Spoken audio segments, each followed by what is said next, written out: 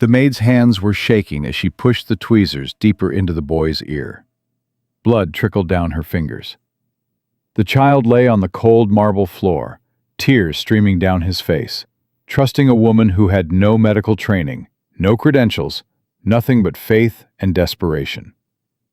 For 8 years, every specialist on Earth had said the same thing: irreversible. His billionaire father spent $47 million chasing a cure that didn't exist. But what Grace Turner pulled out of that ear would expose a conspiracy so evil it would bring 3 hospitals to their knees. And the boy who had never heard a sound in his life was about to speak his first word. Before we continue, subscribe and tell me in the comments what city you're watching from. I want to see how far this story travels. Marcus Wellington gripped the phone so hard his knuckles turned white. "Say that again," he said. His voice was barely a whisper. The specialist on the other end of the line cleared his throat. "Mr. Wellington, I understand this is difficult to hear, but the results are conclusive. Your son's deafness is congenital and irreversible. There is no surgical intervention, no treatment, no therapy that will restore his hearing. I'm sorry." Marcus closed his eyes. He'd heard those words before, 100 times, from 100 different doctors in 100 different cities. But somehow, each time felt like the first time. Each time, the knife went deeper. "What about the new procedure in Germany?" Marcus asked. "The one Dr. Hoffman mentioned." A pause. "Mr. Wellington, I consulted with Dr. Hoffman directly. He reviewed your son's case files. His conclusion was the same as mine. The same as everyone's." "There has to be something," Marcus's voice cracked. "Anything. I don't care what it costs." "This isn't about money, sir. Some things simply cannot be bought." The line went dead. Marcus sat in his study, staring at the phone in his hand. The family portrait hung above the fireplace. Elena, his wife. Her smile frozen in oil paint, her eyes still bright, still alive. Next to her, a younger version of himself, looking hopeful, looking whole. And between them, Ethan, 3 years old in the portrait, before Marcus understood that his son would never hear his mother's name. Elena died the day Ethan was born. Complications, the doctors called it. Too much bleeding, too little time. Marcus had been in the waiting room when the nurse came out. Her face told him everything before her mouth could form the words. He'd run down the hallway, pushed through doors he wasn't supposed to open, found Elena in the delivery room, pale as paper, her hand reaching toward the ceiling, like she was trying to grab something only she could see. Marcus took her hand. It was cold. "Stay with me," he begged. "Elena, please, stay with me." Her lips moved. She was trying to say something, but no sound came out. Just like their son. She died at 4:47 in the morning. Ethan was born at 4:23.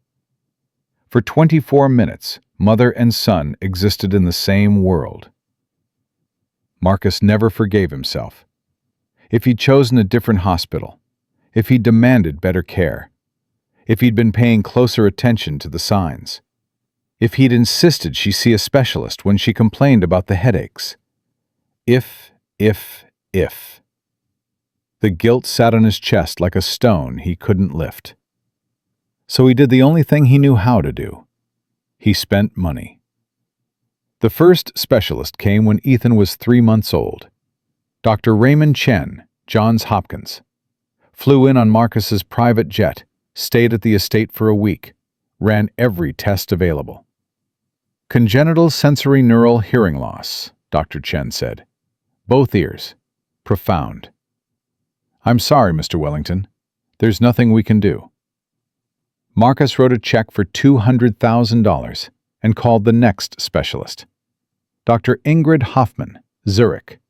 Experimental gene therapy. Cutting edge.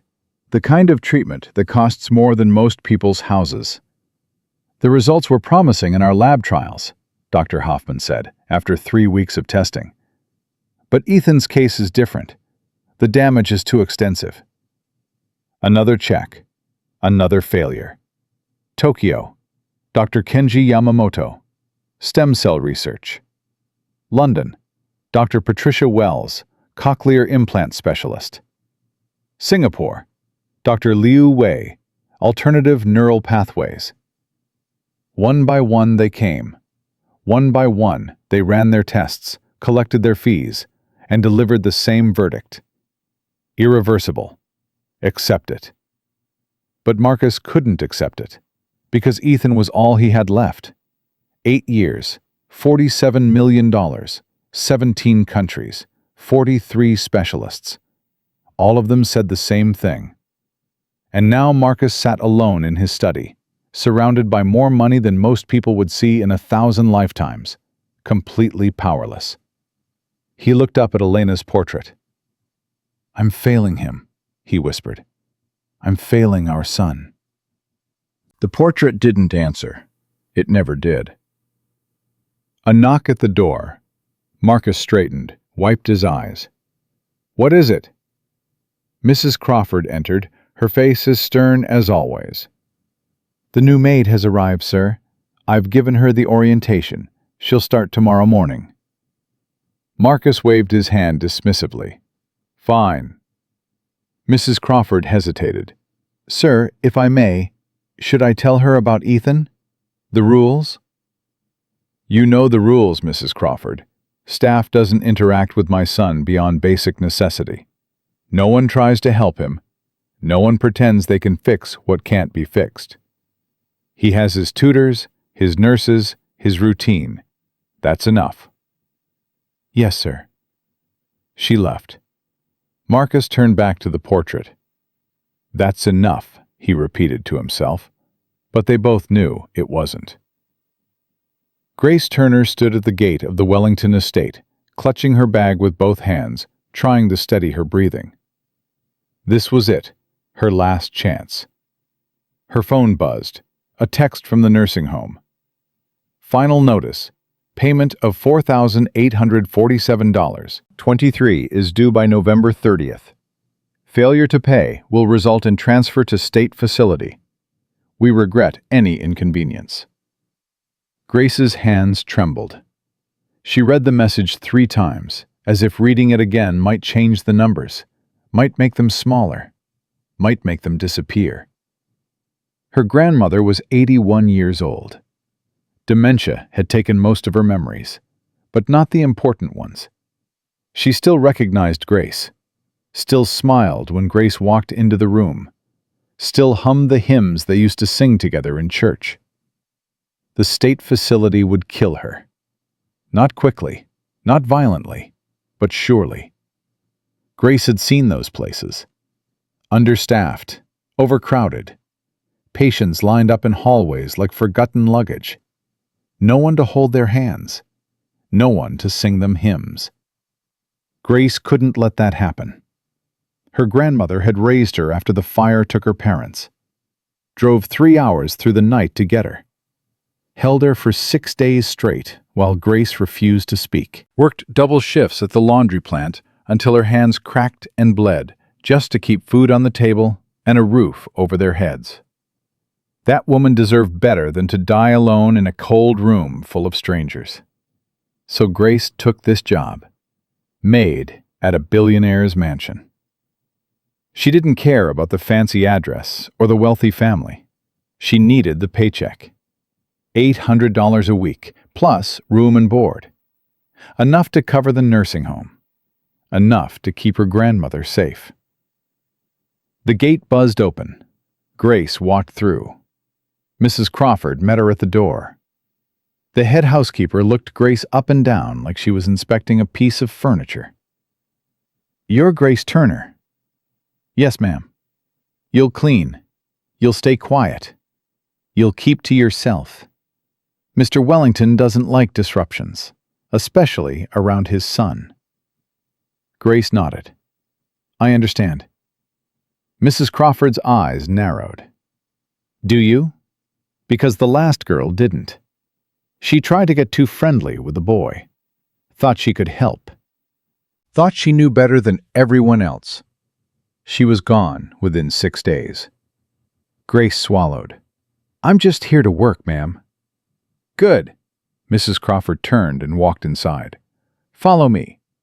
As they moved through the mansion, Grace noticed the silence. It wasn't peaceful.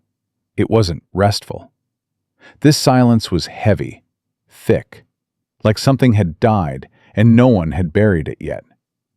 The servants they passed moved without speaking. Their footsteps were soft, careful. They'd learned to make themselves invisible. And then Grace saw him, a small boy sitting on the marble staircase, arranging toy soldiers in a perfect line. He didn't look up when they passed, didn't acknowledge anyone. His shoulders were hunched, his movements careful, precise. But Grace noticed something else. The way he kept touching his right ear. Just briefly, almost like a habit.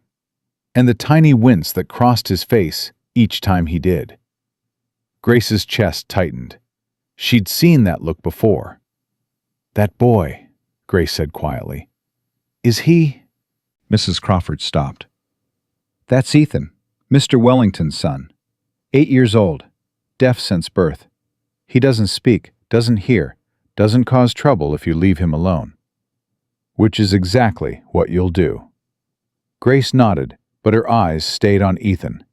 He touched his ear again, winced again. Something's hurting him, Grace thought. Something no one's paying attention to. "Come along," Mrs. Crawford said sharply. "I don't have all day." Grace followed, but she looked back one more time. Ethan had stopped arranging his soldiers.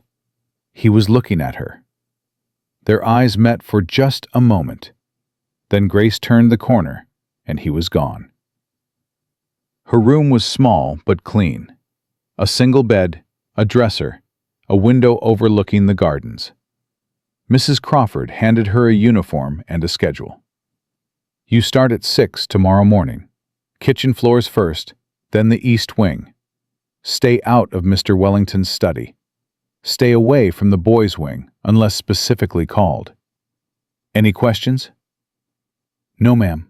Mrs. Crawford nodded and left. Grace sat on the edge of the bed. She pulled out her phone and looked at her grandmother's photo. Birthday party last year. 79 candles. Grace had counted them herself. "I'm here, Grandma," she whispered. "I'm going to take care of you. I promise." She unpacked her bag. 3 dresses, 2 pairs of shoes, a Bible her grandmother had given her when she turned 18, and a small wooden cross that had belonged to her mother, pulled from the ashes of her childhood home. Grace held the cross to her chest. "Lord, thank you for this opportunity. Please help me do my job well. Please help me stay out of trouble." She paused. "And please, watch over that little boy. Something's not right. I can feel it." She didn't know it yet, but God was already answering. The answer just wasn't what she expected. Marcus sat in Ethan's room that night, watching his son sleep. The boy's chest rose and fell in a steady rhythm. His face was peaceful. In sleep, he looked almost ordinary, almost like any other 8-year-old. But Marcus knew better. In a few hours, Ethan would wake up. He would touch his ear, wince, and reach for his tablet to communicate. He would eat breakfast alone in the sunroom while his tutor prepared the day's lessons. He would spend hours solving puzzles and building model airplanes, surrounded by silence so thick it had weight. And Marcus would go to his study, make his calls, run his empire, and pretend that his heart wasn't breaking a little more each day. "I'm sorry," Marcus whispered to his sleeping son. "I'm so sorry I can't fix this." Ethan shifted. His hand moved to his right ear. Even in sleep, he touched it. Even in sleep, the pain was there. Marcus leaned closer. He'd never noticed that before. How often Ethan touched his ear. how his face tightened each time. He made a mental note to mention it to Dr. Chen at the next checkup. Then he stood, kissed his son's forehead, and walked out of the room. He didn't know that 43 specialists had already seen what he was seeing. He didn't know they'd been paid very well to ignore it. And he didn't know that the woman sleeping 3 floors below, the maid with no medical training and no credentials, was about to notice what $47 million had failed to reveal. The truth was hiding in plain sight, and it was about to come out. Grace woke before dawn on her first morning. She lay in the dark, listening to the silence of the mansion, feeling its weight press against her chest. She'd slept in quiet places before, but this was different. This silence had teeth. She dressed quickly, grabbed her cleaning supplies, and headed downstairs. The kitchen floors came first. She worked methodically, keeping her head down, staying invisible the way Mrs. Crawford had instructed. Other servants passed through without acknowledging her. That was fine. She wasn't here to make friends. But every time she heard footsteps above her, she wondered if it was Ethan. Every creak of the floorboards made her think of that little boy on the staircase, touching his ear, wincing in pain that no one seemed to notice. By 8 o'clock, she'd moved to the east wing. Long hallways lined with paintings and sculptures that probably cost more than her grandmother's entire life savings. She dusted frames, polished marble, tried not to think about how one of these vases could pay off the nursing home debt 10 times over. Then she heard it, a soft thud from somewhere nearby. Then nothing. Then another thud, followed by what sounded like something small hitting the floor. Grace paused, her cloth frozen against a gilded frame. The sounds were coming from the sunroom. She knew she shouldn't investigate. Mrs. Crawford's warnings echoed in her mind. Stay away from the boys' wing unless specifically called. But something pulled at her, something she couldn't explain. Grace set down her cloth and walked toward the sunroom. She found Ethan sitting cross-legged on the floor, surrounded by the pieces of a model airplane. The box showed a beautiful vintage biplane, red and gold, the kind of thing that would look perfect hanging from a bedroom ceiling. But Ethan was struggling. His small fingers couldn't get the wing to attach properly. He tried once, twice, 3 times. Each attempt failed. Each failure made his shoulders sink a little lower. Grace stood in the doorway, watching. She knew she should leave. Knew she should turn around and go back to her dusting and her polishing and her invisibility. But then Ethan threw the wing across the room. It bounced off the wall and landed near Grace's feet. Ethan's face crumpled, not with anger, with something worse. Defeat.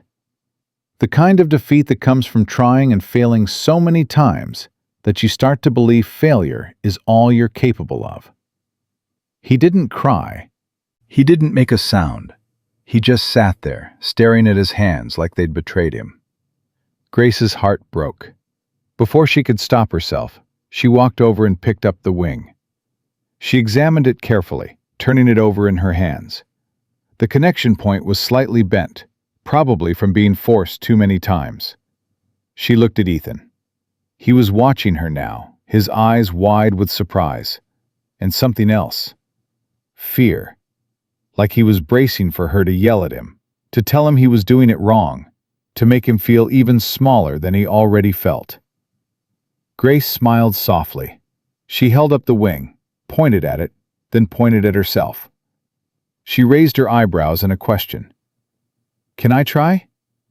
Ethan stared at her for a long moment. His eyes searched her face, looking for the trick, the trap, the inevitable disappointment. Then, slowly, he nodded.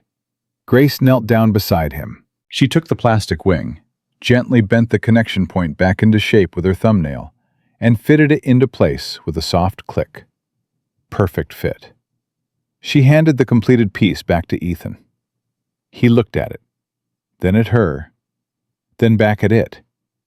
And then something happened that Grace would remember for the rest of her life. He smiled. Just a flicker at the corner of his mouth, there and gone in a second. But it was real. It was genuine. It was the first crack in a wall that had been building for 8 years.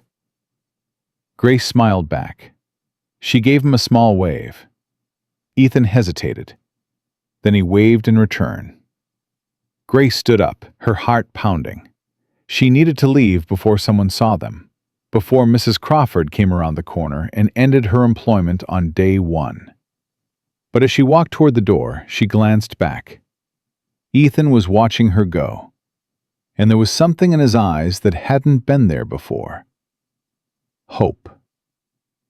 That night, Grace couldn't sleep. She lay in her narrow bed, staring at the ceiling, replaying that moment over and over. The smile, the wave, the look in his eyes. Such small things, but they meant everything. She thought about what she'd noticed when she knelt beside him, how close she'd been to his face, his ear, how the light from the window had illuminated something she hadn't been able to see from a distance, something dark inside his ear canal. At first, she'd thought it was a shadow, but shadows don't have texture. Shadows don't glisten. This was something else, something solid, something that shouldn't be there. Grace sat up in bed, her pulse quickening. She knew what she'd seen. She'd seen it before. Her brother, Samuel. Samuel had been 5 when he got sick. High fever that lasted for days. When the fever broke, his hearing was gone. Doctors said it was nerve damage from the infection. Permanent. Irreversible. Their family couldn't afford specialists, couldn't afford second opinions, couldn't afford anything except acceptance. So Samuel grew up in silence. 7 years of watching his mother cry when she thought no one was looking. 7 years of being treated different, special, broken. Then the missionary nurse came to their church. Grace remembered it like yesterday. The medical mission team had set up in the fellowship hall. Free checkups for anyone who needed them. Samuel hadn't wanted to go, but their grandmother insisted. The nurse, a woman named Patricia from Minnesota, looked in Samuel's ears with a little flashlight, and she went still. "Oh, my Lord," she whispered. "What is it?" Grace's mother asked, panic in her voice. "What's wrong?" Patricia looked up, her face a mixture of shock and something else, something that looked like anger. "There's something in here," she said. "A mass. Impacted cerumen, maybe something else. It's been building up for years." "What does that mean?" Grace asked. "It means," Patricia said slowly, "that this might be blocking his hearing. It means someone should have caught this a long time ago." 2 weeks later, Samuel was in surgery at a free clinic in Newark. A simple procedure, 30 minutes. The surgeon removed a mass of hardite debris that had been compounding for 7 years, completely blocking his ear canal. Grace was in the recovery room when Samuel woke up. The doctor snapped his fingers beside Samuel's ear. Samuel jumped. His eyes went wide. His hand flew to his ear. His mouth opened, but no sound came out at first. He was too shocked to speak. Then he looked at their mother. "Mama?" His voice was rough, unpracticed, unused for 7 years. "Mama, I can hear you." Their mother collapsed, fell right to the floor, sobbing so hard she couldn't breathe. Grace had to help the nurses lift her into a chair. But Grace never forgot Samuel's face in that moment. The wonder, the disbelief, the joy so overwhelming it couldn't be contained. One blockage, one simple procedure, and her brother's world exploded into sound. Now, lying in her bed at the Wellington estate, Grace's hands trembled. What if Ethan's situation was the same? What if $47 million and 43 specialists had all missed something that a maid with no medical training could see? No, that was impossible. These were the best doctors in the world, the most advanced facilities, the most expensive equipment. They couldn't all have missed something so obvious. Could they? Grace pressed her palms against her eyes. "Lord," she whispered, "what am I seeing? What do you want me to do?" The silence of the mansion pressed against her. No answer came, but the question wouldn't let her sleep. The next morning, Grace left something on the stairs where Ethan always sat. A folded paper bird. Simple, made from scrap paper she'd found in the kitchen. She'd learned to make them as a child, sitting in her grandmother's kitchen while the old woman hummed hymns and shelled peas. Grace didn't wait to see if Ethan would take it.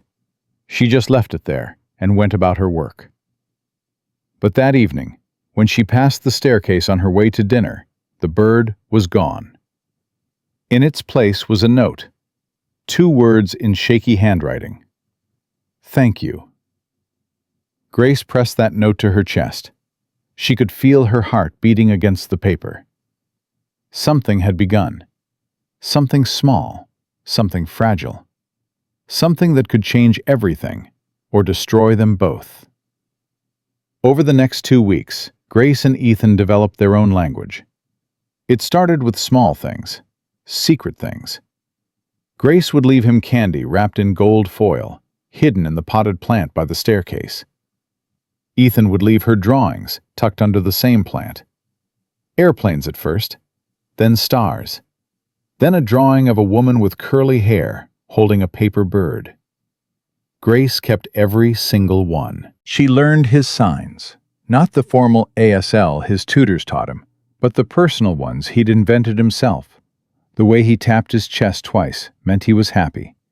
The way he pointed at the sky meant he was thinking about stars. The way he covered his eyes with both hands meant he was scared. And the way he pressed both palms together, slowly, like he was praying, that meant he felt safe. One afternoon, Grace was dusting near the sunroom when Ethan ran up to her. His eyes were bright. He grabbed her hand and pulled her toward the window. She let him lead her. Outside, a family of deer had wandered onto the estate grounds. A mother and 2 fawns grazing on the manicured lawn. Ethan pointed excitedly. He made a sign Grace didn't recognize, then looked at her expectantly. Grace thought for a moment. Then she held up her hands like antlers and mimed a deer walking. Ethan's face lit up. He nodded vigorously, then copied her gesture. They stood there together, watching the deer, making antler signs at each other. And for a moment, the silence between them didn't feel heavy anymore. It felt like peace. But Grace noticed something else that afternoon. Something that made her stomach clench. Ethan touched his ear 6 times in 10 minutes. Each time, his face tightened. Each time, the joy in his eyes flickered. He was in pain, real pain, and it was getting worse. That evening, Grace found an excuse to walk past the sunroom during Ethan's evening routine. He was sitting alone, as usual, working on a puzzle. His tablet lay beside him, the screen dark. Grace watched from the doorway. Ethan touched his ear, winced, touched it again. His hand came away and he looked at his fingers, as if expecting to see something there. Then he pressed both hands against the side of his head and squeezed his eyes shut. Grace's heart shattered. This child was suffering every single day, and no one was doing anything about it. She wanted to run to him, wanted to hold him and tell him it would be okay, wanted to look in his ear and confirm what she suspected. But she couldn't. Not yet. Not without proof. Not without being sure. If she was wrong, she'd lose everything. Her job, her income, her grandmother's care. If she was right and she did nothing, Ethan would spend the rest of his life in silence, in pain. All because she was too scared to act. Grace turned away from the doorway, her hands shaking. She needed to get closer, needed to see for herself. But she had to be careful. One wrong move, and it would all be over. The opportunity came 3 days later. Ethan had fallen asleep in the sunroom, his head tilted back against the chair, his model airplane clutched in his hands. The afternoon sunlight streamed through the window, illuminating his face. Grace had been dusting the hallway. She saw him through the doorway and stopped. This was her chance. She looked both ways. The hallway was empty. No servants, no Mrs. Crawford, no one. Grace set down her duster and walked silently into the sunroom. Her heart pounded so hard she could hear it in her ears. Every step felt like a mile. Every second stretched into eternity. She reached Ethan's chair and knelt beside him. He was deeply asleep. His breathing was slow and steady. His face was peaceful, the pain temporarily forgotten. Grace leaned closer. The sunlight hit his right ear perfectly, illuminating the canal. And there it was. Dark, dense, glistening like wet stone. Grace's breath caught in her throat. It was bigger than she'd thought. Deeper. A mass of something that had been building for years, maybe since birth, blocking everything. She could see it clearly now, as clearly as she'd seen it in Samuel's ear all those years ago. "How?" she whispered. "How did they miss this? 43 specialists, the best medical facilities in the world, millions of dollars worth of tests and scans and examinations. And none of them had seen what she was seeing right now? That wasn't possible. That wasn't an accident. That was something else entirely." Grace stood up, her legs unsteady.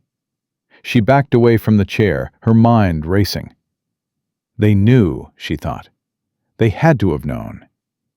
The thought made her sick. She left the sunroom as quietly as she'd entered, found her duster, went back to work.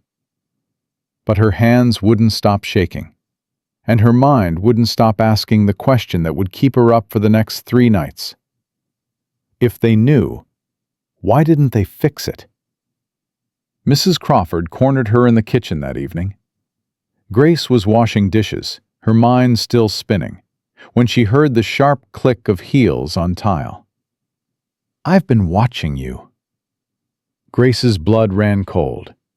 She turned slowly. Mrs. Crawford stood in the doorway, her arms crossed, her eyes like flint. "Ma'am? Don't play innocent with me." Mrs. Crawford walked closer. "I've seen you with the boy. The gifts. The little exchanges.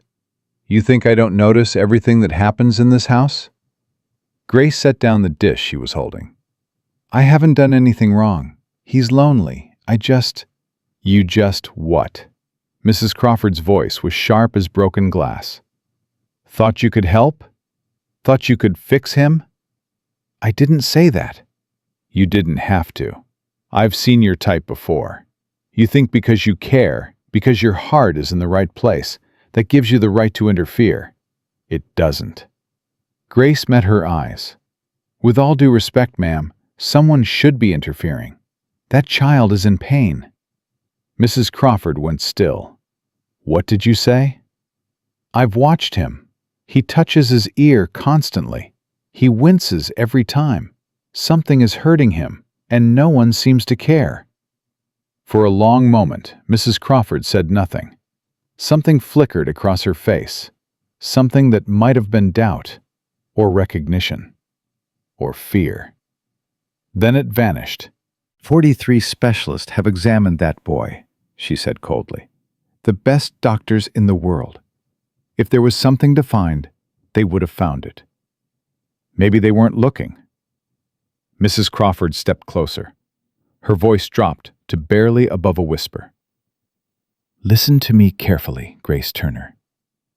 I don't know what you think you've seen, and I don't want to know.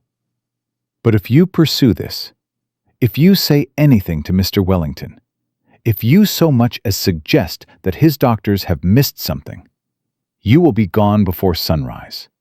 No references, no severance, nothing." She leaned in until her face was inches from Grace's. And when you're back on the street, wondering how you're going to pay for your grandmother's care, you remember this moment. You remember that I warned you. Grace's heart hammered. How do you know about my grandmother? Mrs. Crawford smiled. It wasn't a kind smile. I know everything about everyone in this house. That's my job. She straightened up and walked toward the door. Stay in your lane, Miss Turner. Clean the floors. Cash your checks. Keep your mouth shut. She paused at the threshold. And stay away from that boy. Then she was gone. Grace stood alone in the kitchen, her hands gripping the edge of the sink, her whole body trembling. She thought about her grandmother, the nursing home, the bills. She thought about Ethan, his pain, his loneliness, the darkness she'd seen in his ear. She thought about Mrs. Crawford's warning, the threat behind every word. Lord, Grace whispered, what do I do? The kitchen was silent, but somewhere deep in her heart, she already knew the answer. She just wasn't ready to accept it yet. That night, Grace sat on her bed with her grandmother's Bible open in her lap. The pages were worn soft from decades of use. Her grandmother had underlined her favorite verses in faded blue ink. Grace ran her fingers over the familiar words, searching for guidance. But the words blurred. All she could see was Ethan's face, the pain, the loneliness, the hope that had flickered in his eyes when she'd helped him with the airplane wing. All she could see was the darkness in his ear, the thing that was stealing his world. All she could hear was Mrs. Crawford's voice. Stay away from that boy. Grace closed the Bible and pressed it against her chest. God doesn't call the equipped, her grandmother always said. He equips the called. But what if she was wrong? What if she was seeing something that wasn't there? What if her desperation to help was clouding her judgment? She thought about Samuel, the 7 years he'd spent in silence because a simple blockage went unnoticed. The joy on his face when he heard their mother's voice for the first time. She thought about what might have happened if that missionary nurse hadn't come to their church. If no one had ever looked closely enough to see what was really there. Samuel would still be deaf, still be isolated, still be trapped in a world of silence that wasn't supposed to be his. Grace opened her eyes. She thought about Ethan, 8 years old, born into wealth beyond imagination, surrounded by every advantage money could buy, and yet, somehow, more alone than Samuel had ever been. At least Samuel had a family that loved him, a community that cared, a grandmother who prayed over him every night.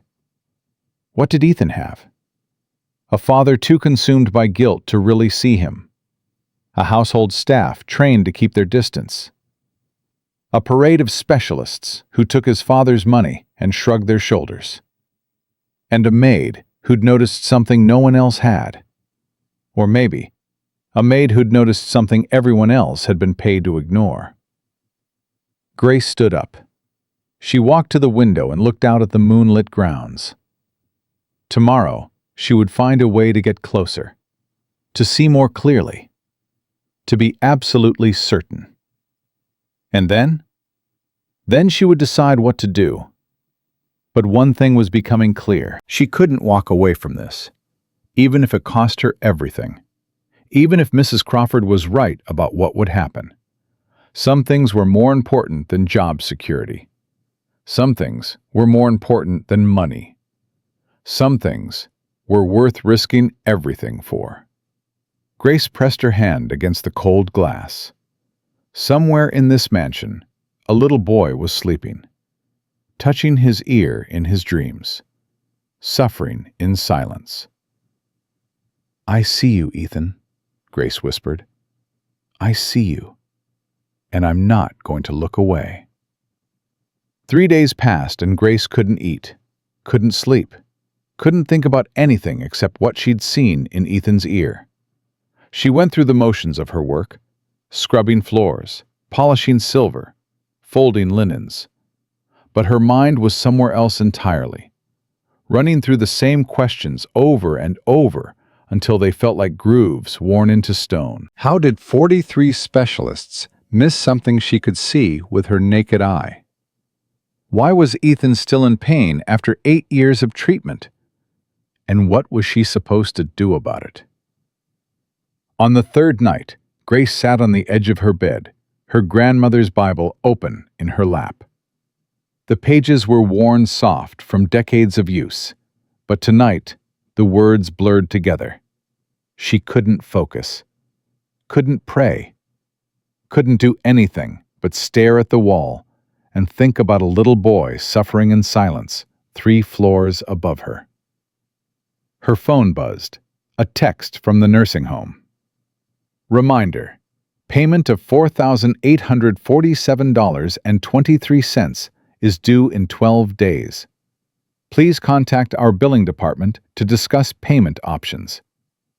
Grace closed her eyes. 12 days. That was all she had. 12 days to come up with money she didn't have, to save the only family she had left. If she kept her head down, kept her mouth shut, kept cashing her paychecks, she could make it. She could save her grandmother. She could survive. All she had to do was ignore what she'd seen. All she had to do was walk away from a child who needed her. Grace's hands trembled. She set down the phone and picked up the small wooden cross that had belonged to her mother. The one thing that survived the fire that took everything else. She thought about her brother Daniel. Not Samuel. Daniel. The one she never talked about. The one whose memory she kept locked away in the deepest part of her heart because it hurt too much to bring out. Daniel was 14 when he got sick. Started with headaches, then fatigue, then pain in his chest that wouldn't go away. Their mother wanted to take him to the doctor, but they didn't have insurance, didn't have money, didn't have anything except prayers and hope. "It'll pass," their grandmother said. "The Lord will provide."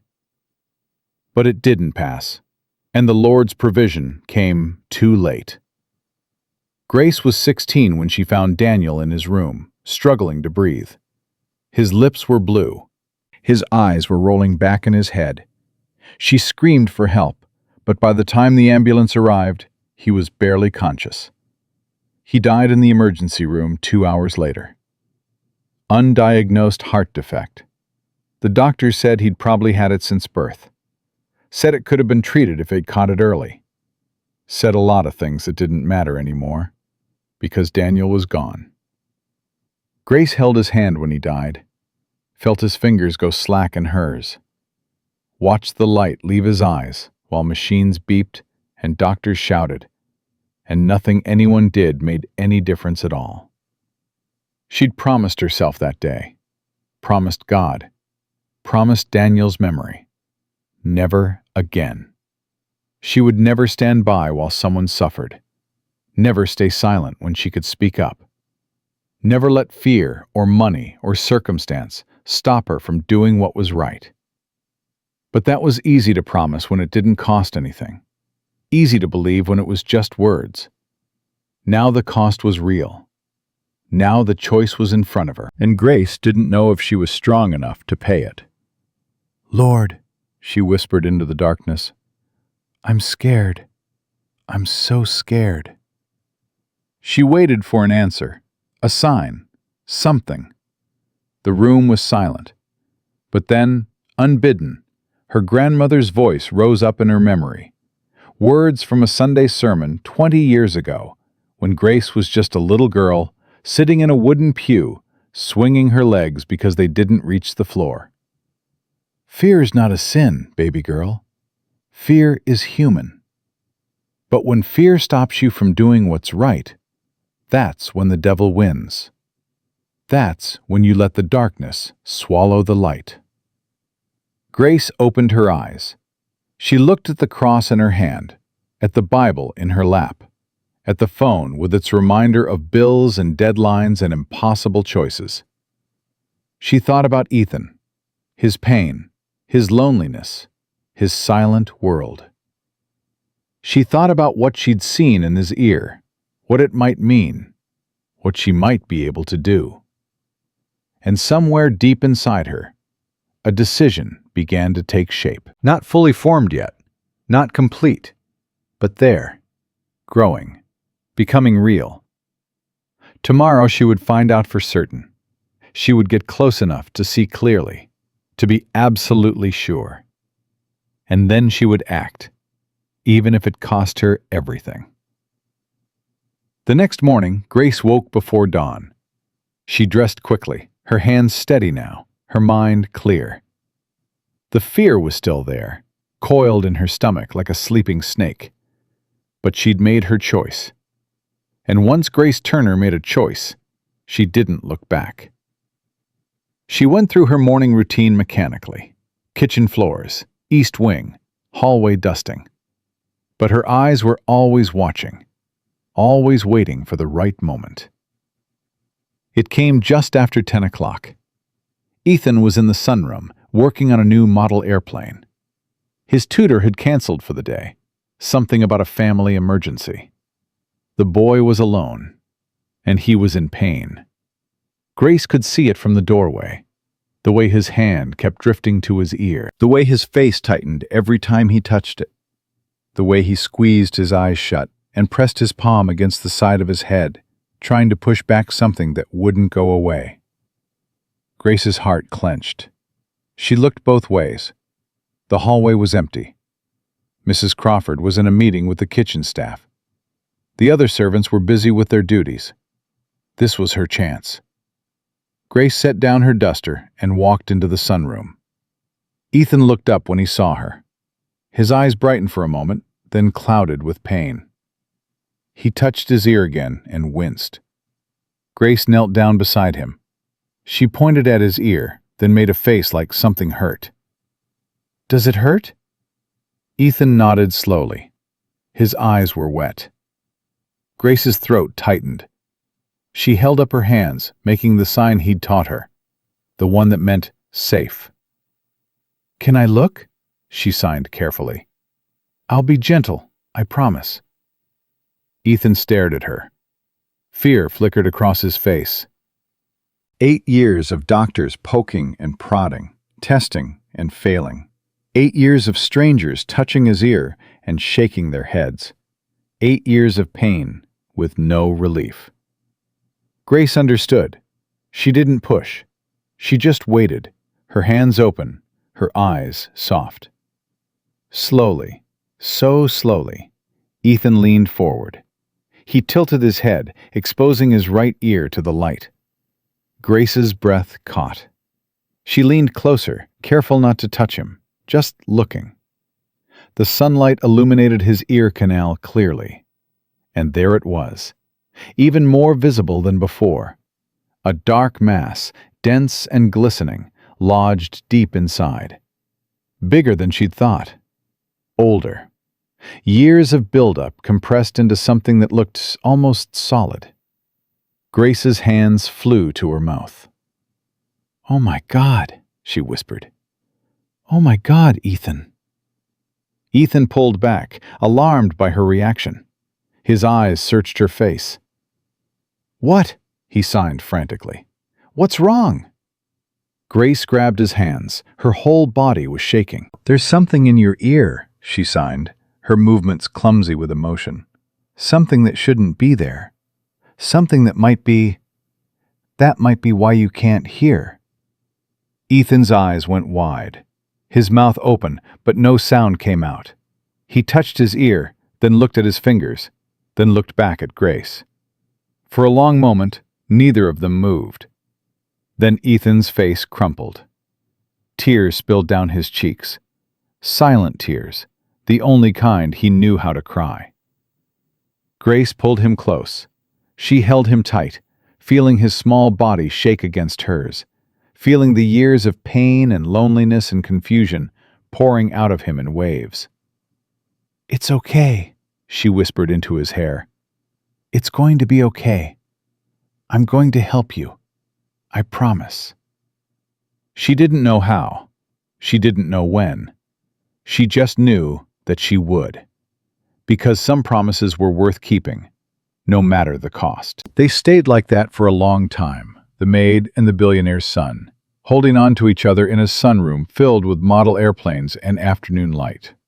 Neither of them heard the footsteps in the hallway. Neither of them saw Mrs. Crawford standing in the doorway, watching them with cold, calculating eyes. That evening, Grace was summoned to Mrs. Crawford's office. She knew what was coming, had known it from the moment she walked into that sunroom. But she went anyway, her chin high, her hands steady at her sides. Mrs. Crawford sat behind her desk, her face a mask of controlled fury.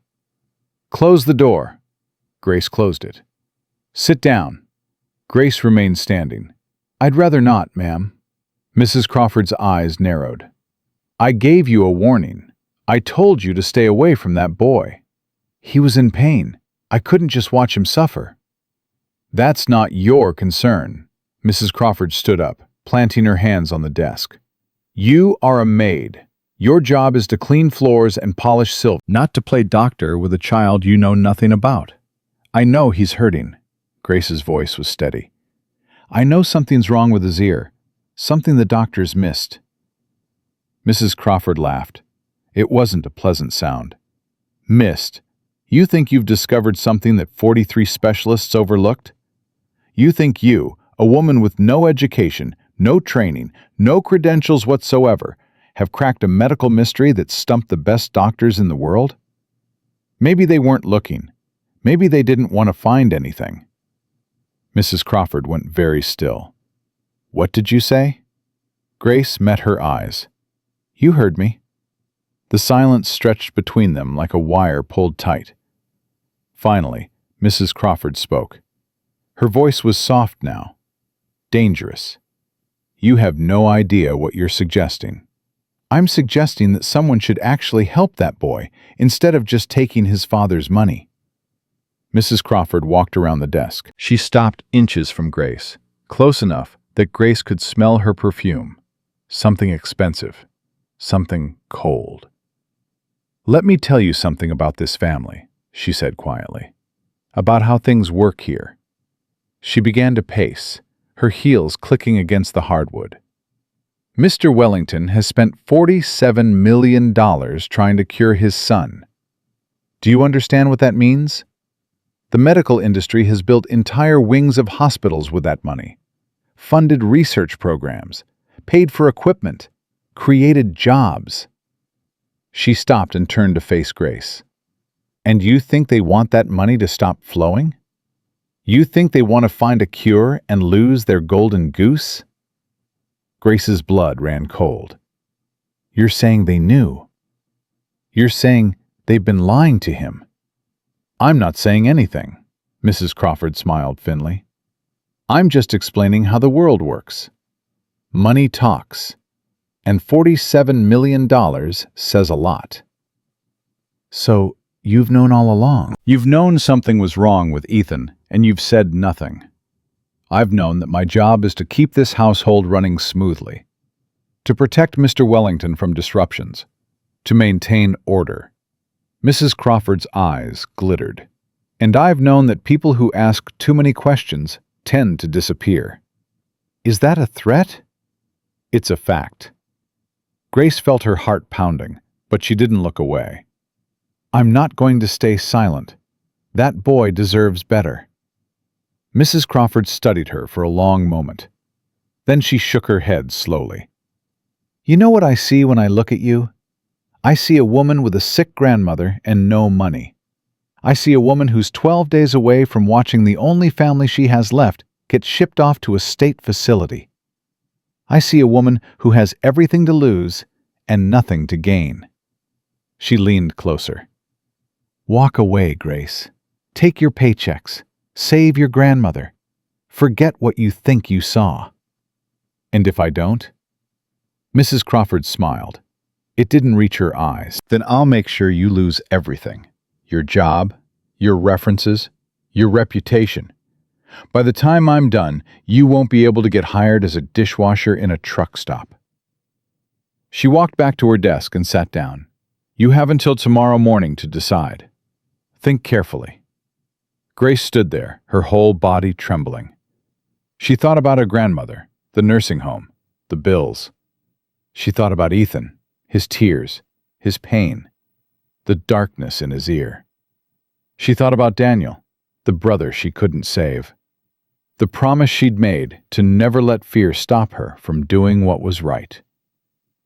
"I don't need until tomorrow," Grace said quietly. Mrs. Crawford raised an eyebrow. "Excuse me?" "I've already decided." Grace turned and walked toward the door. Her hand was on the knob when Mrs. Crawford's voice stopped her. "You're making a mistake." Grace looked back over her shoulder. "No, ma'am. I'm making a choice. There's a difference." She opened the door and walked out. Her legs were shaking. Her heart was racing. But her mind was clear. She had work to do. That night, Grace didn't sleep. She sat at the small desk in her room, writing letters by the light of a single lamp. One to her grandmother, in case she never got to see her again. One to Ethan, explaining what she'd seen and what she was going to try to do. And one to Marcus Wellington, telling him everything. She sealed the envelopes and set them aside. Then she pulled out the small first aid kit she'd bought at a pharmacy in town during her day off last week. Inside was a pair of sterilized tweezers. Grace stared at them for a long time. She wasn't a doctor. She had no training, no credentials, no right to do what she was thinking about doing. But she'd watched the missionary nurse remove the blockage from Samuel's ear, had seen how simple it was, how careful, how gentle, had seen the result. And she'd read everything she could find online about ear blockages. Impacted cerumen, foreign body removal, the signs, the symptoms, the treatment. It wasn't complicated. It just required someone who was willing to try, someone who cared enough to look. Grace picked up the tweezers. "Lord," she whispered, "if this is what you're asking me to do, give me steady hands, give me courage, and please, please don't let me hurt that boy." She set down the tweezers and picked up her Bible. She read until dawn. The next morning, Grace learned that Marcus Wellington had been called away on emergency business. Some crisis with his shipping company in Singapore.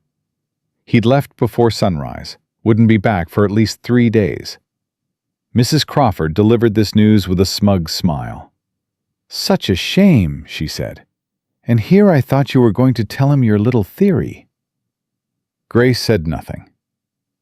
"I've arranged for your final paycheck to be ready by noon," Mrs. Crawford continued.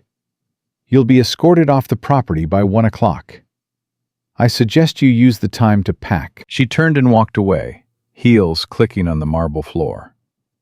Grace stood alone in the hallway, her heart pounding. 3 days. Marcus wouldn't be back for 3 days. And she had until 1 o'clock before she was thrown out. That gave her 3 hours. 3 hours to make a choice that could destroy her life. Or save a little boy's. Grace closed her eyes.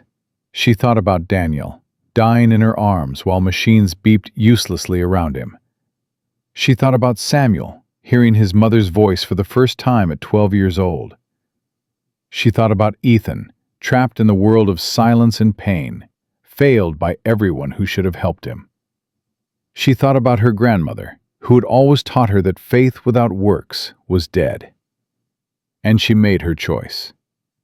Grace opened her eyes and walked toward Ethan's wing. She found him in the sunroom, sitting alone, staring out the window at a world he could see, but never hear. When he saw her, his face lit up. Then he saw her expression, and the light faded. "What's wrong?" he signed. Grace knelt in front of him. She took his hands in hers. "I have to leave," she signed slowly. "They're making me go away." Ethan's eyes filled with tears. He shook his head frantically. "No, no, please!" Grace squeezed his hands. "But before I go, I want to try something. I want to try to help you." Ethan went still. "There's something in your ear," Grace signed. "Something bad." Something that might be why you can't hear. I want to try to take it out." Ethan stared at her. Fear and hope warred in his eyes. "It might hurt a little," Grace continued, "but I'll be very careful.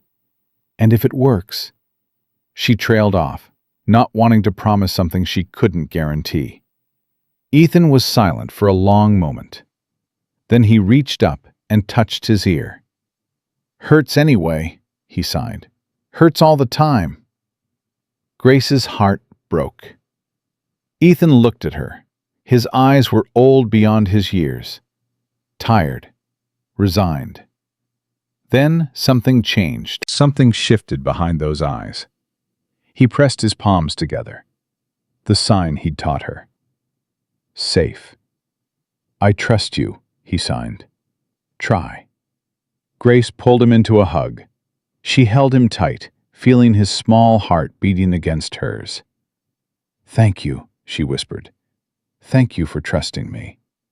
Then she pulled back, reached into her pocket, and took out the tweezers. Her hands were shaking, but her resolve was not. Grace's hands trembled as she positioned Ethan on the window seat, tilting his head to catch the afternoon light. The sunroom was quiet, too quiet, and every small sound seemed magnified. The tick of the grandfather clock in the hallway, the distant hum of the heating system, her own heartbeat pounding in her ears. Ethan looked up at her with complete trust. 8 years old, a lifetime of silence, and he was putting his faith in a maid with a pair of tweezers and a prayer. "Lord," Grace whispered under her breath, "guide my hands." She leaned closer, examining his ear canal. The dark mass was clearly visible now, swollen and glistening in the light. It looked angry, painful, like something that had been growing for years, pressing against everything, blocking the world from getting in. Grace took a deep breath. "I'm going to start now," she signed with one hand. "If it hurts too much, squeeze my arm, okay?" Ethan nodded. His small hand found her forearm and gripped it tight. Grace steadied herself. She brought the tweezers to his ear, moving slowly, carefully, the way she'd watched the missionary nurse do with Samuel all those years ago. Gentle, patient, no sudden movements. The tip of the tweezers touched the edge of the mass. Ethan flinched, but didn't pull away. "You're doing great," Grace murmured. "You're so brave. Just a little more." She pressed deeper, feeling the tweezers grip something solid, dense. Years of buildup compressed into a single obstruction. "This is it," she thought. "This is everything." She began to pull. Resistance. The mass didn't want to move. It had been there too long, grown too attached, become part of the landscape of his ear. Grace adjusted her grip and pulled again. Ethan's hand tightened on her arm. His face contorted. A small sound escaped his throat, something between a whimper and a gasp. "Almost there," Grace said, her voice shaking. "Almost there, baby. Hold on." She pulled harder, and then, suddenly, release. Something slid free. Grace stumbled backward, catching herself on the edge of the window seat. In her palm lay a dark, wet mass, dense as a small stone, glistening in the afternoon light. She stared at it, her stomach turning. This thing, this horrible thing, had been inside a child's ear for 8 years, blocking everything, stealing his world. She looked up at Ethan. He was frozen. His hand was still raised toward his ear, his fingers hovering in the air. His eyes were wide, wider than she'd ever seen them. And then he gasped. Not a silent gasp, not the soundless intake of breath she'd grown accustomed to. A real gasp. Audible. Loud. The sound hit Grace like a physical force.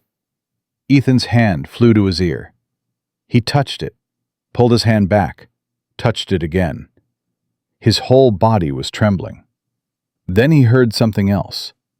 The grandfather clock in the hallway chimed the hour. 3 deep, resonant bongs that had marked time in this house for generations. Ethan's head snapped toward the sound.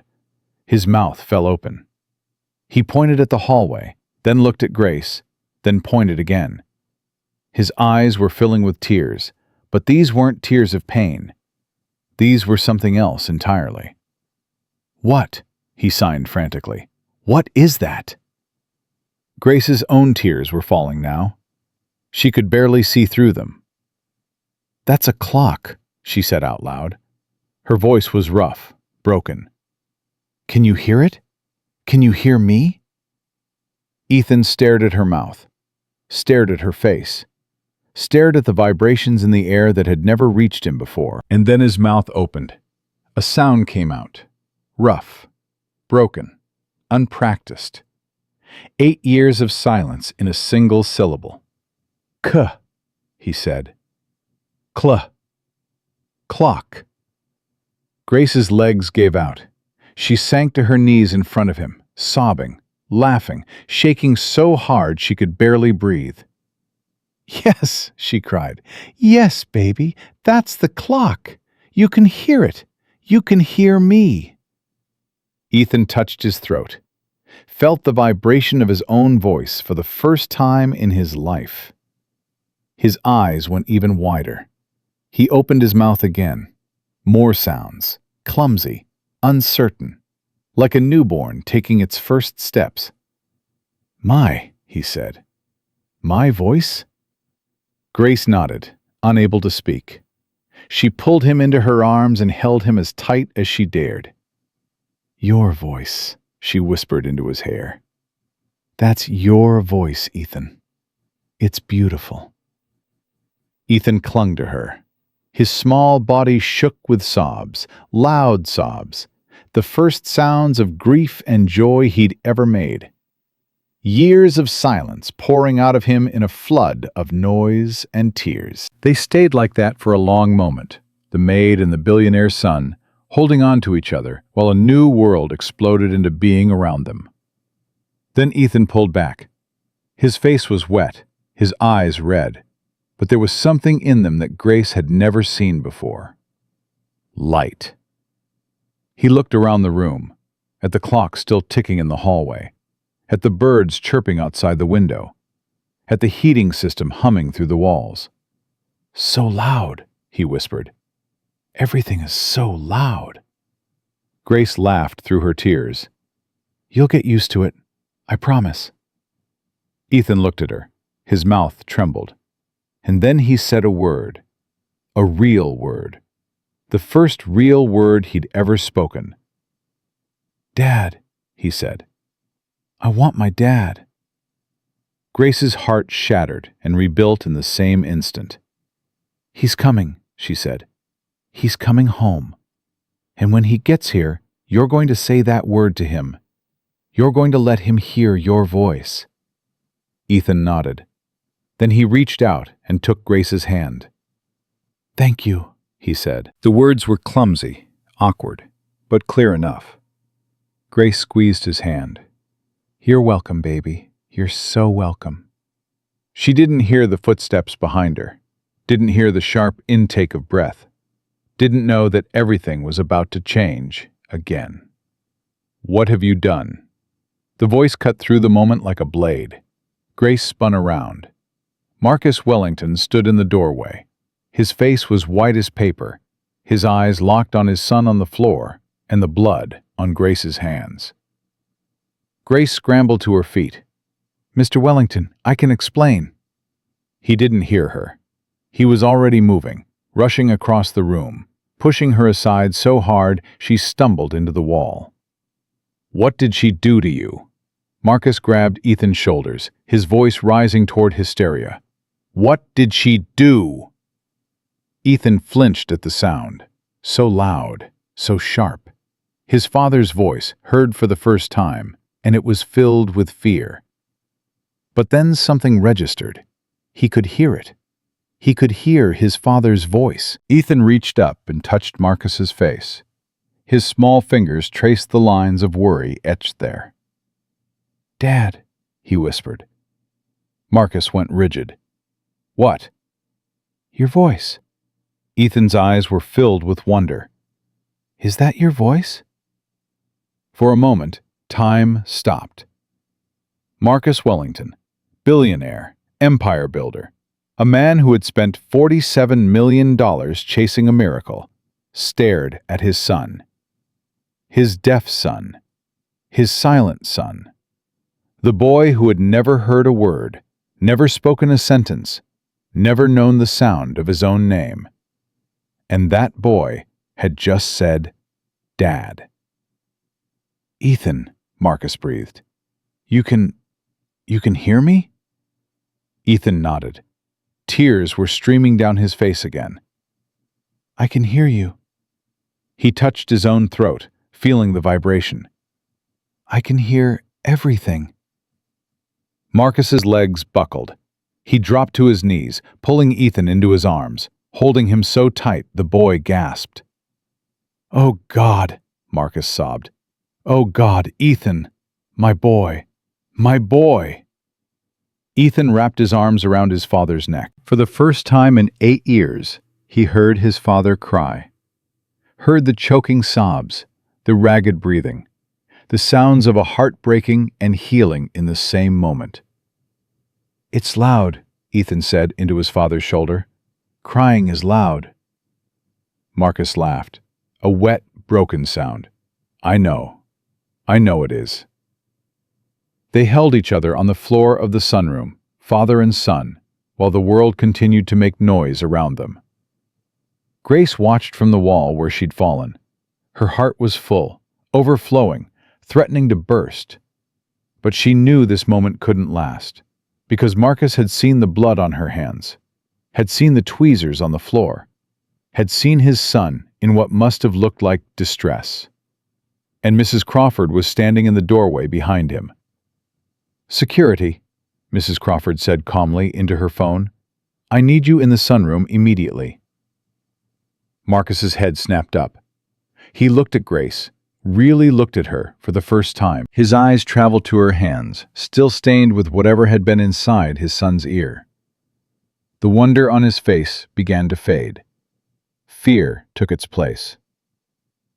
What did you do? His voice was different now. Dangerous. You're not a doctor. You could have killed him. Mr. Wellington, please. Grace held up her hands. Let me explain. Mrs. Crawford stepped into the room. I warned you, sir. I warned you about this woman. She's been interfering with Ethan for weeks, leaving him gifts, getting too close, and now this. Is that true? Marcus stood up slowly, positioning himself between Grace and his son. You've been doing things behind my back? I noticed something the doctors missed, Grace said desperately. Something in his ear, a blockage. I tried to tell you, but you were never here, and Mrs. Crawford threatened to fire me if I said anything. A blockage. Marcus's voice was flat. You're telling me that you, a maid, found something that 43 specialists missed. 2 security guards appeared in the doorway. Yes, Grace said. That's exactly what I'm telling you. Mrs. Crawford laughed. Do you hear yourself? Do you hear how insane that sounds? Dad, Ethan's voice cut through the tension. Everyone turned to look at him. She helped me, Ethan said. His words were slow, careful, each one a small miracle. My ear hurt, always hurt. She asked if she could look. She found something bad. She took it out. He walked over to Grace and took her hand. She's my friend, he said. She helped me here. Marcus stared at his son, at this boy who had never spoken, never heard, never done anything but exist in silence. This boy who was now holding a stranger's hand and speaking in complete sentences. Ethan, he said slowly. You're talking. Ethan nodded. Because she helped me. The room was silent. Mrs. Crawford's face had gone pale. She took a step back, her confident mask beginning to crack. "Mr. Wellington," she said quickly, "I really think we should have the doctors examine him before we draw any conclusions." Marcus didn't look at her. His eyes were fixed on the dark mass lying on the window seat, the thing that had been inside his son's ear. He walked over to it slowly, picked it up with trembling fingers, held it up to the light. "What is this?" he whispered. "That's what was blocking his hearing," Grace said quietly. "It's been there for years, growing, building up, blocking everything." Marcus turned to face her. His eyes were wet. "How did you know?" "My brother," Grace's voice cracked. "He was deaf for 7 years. Everyone said it was permanent. Then a nurse looked in his ear and found the same thing. One procedure, 30 minutes, and his whole world changed."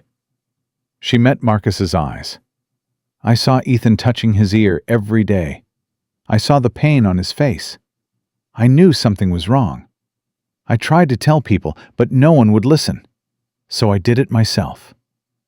Marcus looked at Mrs. Crawford. "She knew?" Mrs. Crawford's face went white. "Mr. Wellington, I was only trying to protect you from—" "She knew?" Marcus's voice rose. "She knew something was wrong with my son and she didn't tell me?" "Sir, please." Mrs. Crawford's composure was crumbling. "You have to understand the position I was in. The medical professionals said—" "The medical professionals," Marcus cut her off. "The ones who've been taking my money for 8 years? The ones who've had my son in their offices dozens of times? They all missed this?" He held up the dark mass. "They missed this?" Mrs. Crawford said nothing, but her face told a different story. A story of secrets and lies and money changing hands. Marcus saw it. The realization hit him like a physical blow. "They didn't miss it," he said slowly. "They knew." "Mr. Wellington, they knew." Marcus's voice was rising toward a roar. "They knew and they didn't tell me. They kept my son deaf because my money was too good to cure." He turned to the security guards. "Get her out of here," he said, pointing at Mrs. Crawford. "Get her out of my house and off my property, now."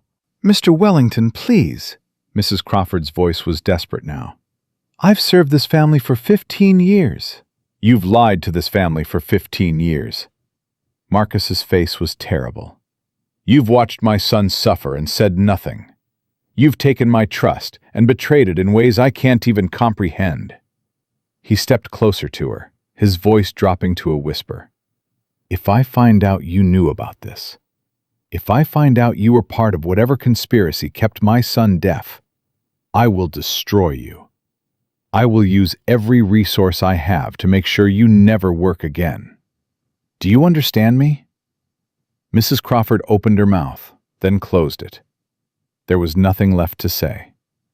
The security guards took her arms and led her out of the room. She didn't look back. Marcus stood in the middle of the sunroom, shaking. The adrenaline was fading, leaving behind exhaustion and something else. Something that looked like grief. 8 years, he whispered. 8 years of silence. Grace stepped forward carefully. "Mr. Wellington, you should take Ethan to a real doctor. Make sure his ear is okay. Make sure everything is all right." Marcus turned to look at her. His eyes were red, haunted. "Why?" he asked. "Why did you do this? You could have walked away. You could have kept your job, taken your paychecks, stayed out of it. Why did you risk everything?" Grace looked at Ethan. The boy was standing by the window, watching a bird fly past, his face lit up with wonder at every new sound. "Because he deserved better," she said simply. "Because someone had to try." Marcus followed her gaze, watched his son discover the world. Then he did something Grace didn't expect. He walked over to her and took her hand. "Thank you," he said. His voice broke on the words. Thank you for seeing him when no one else did. Grace felt tears prick her eyes. He was always worth seeing, Mr. Wellington. He was always worth hearing. Marcus nodded. Then he straightened his shoulders and turned to the security guard still standing in the doorway. Prepare the car. We're going to the hospital. He paused. And Miss Turner comes with us. Grace blinked. Sir? You saved my son's life. Marcus's voice was firm. I'm not letting you out of my sight until I understand exactly what happened and who's responsible for keeping him in silence. He looked at her with something new in his eyes. Something that might have been respect. Besides, he added quietly, I think Ethan would want you there. Grace looked at Ethan. The boy was watching her, his face hopeful, his hand extended. She walked over and took it. Let's go, she said. Let's make sure you're okay. Ethan squeezed her hand. Okay, he said. His voice was getting stronger already. Let's go. They walked out of the sunroom together, the billionaire, the maid, and the boy who could finally hear. Behind them, the grandfather clock chimed again. Ethan stopped to listen. I like that sound, he said. Grace smiled through her tears. Me too, baby. Me too. The hospital was chaos. Doctors swarmed around Ethan the moment they arrived. Tests, scans, examinations. Marcus had called ahead, demanded the best specialists, the most advanced equipment. Answers. Grace sat in the waiting room, her hands still stained, her heart still racing. She didn't belong here. She was just a maid, just a woman who'd done what she had to do. But every few minutes, a nurse would come out and give her an update. Mr. Wellington's orders.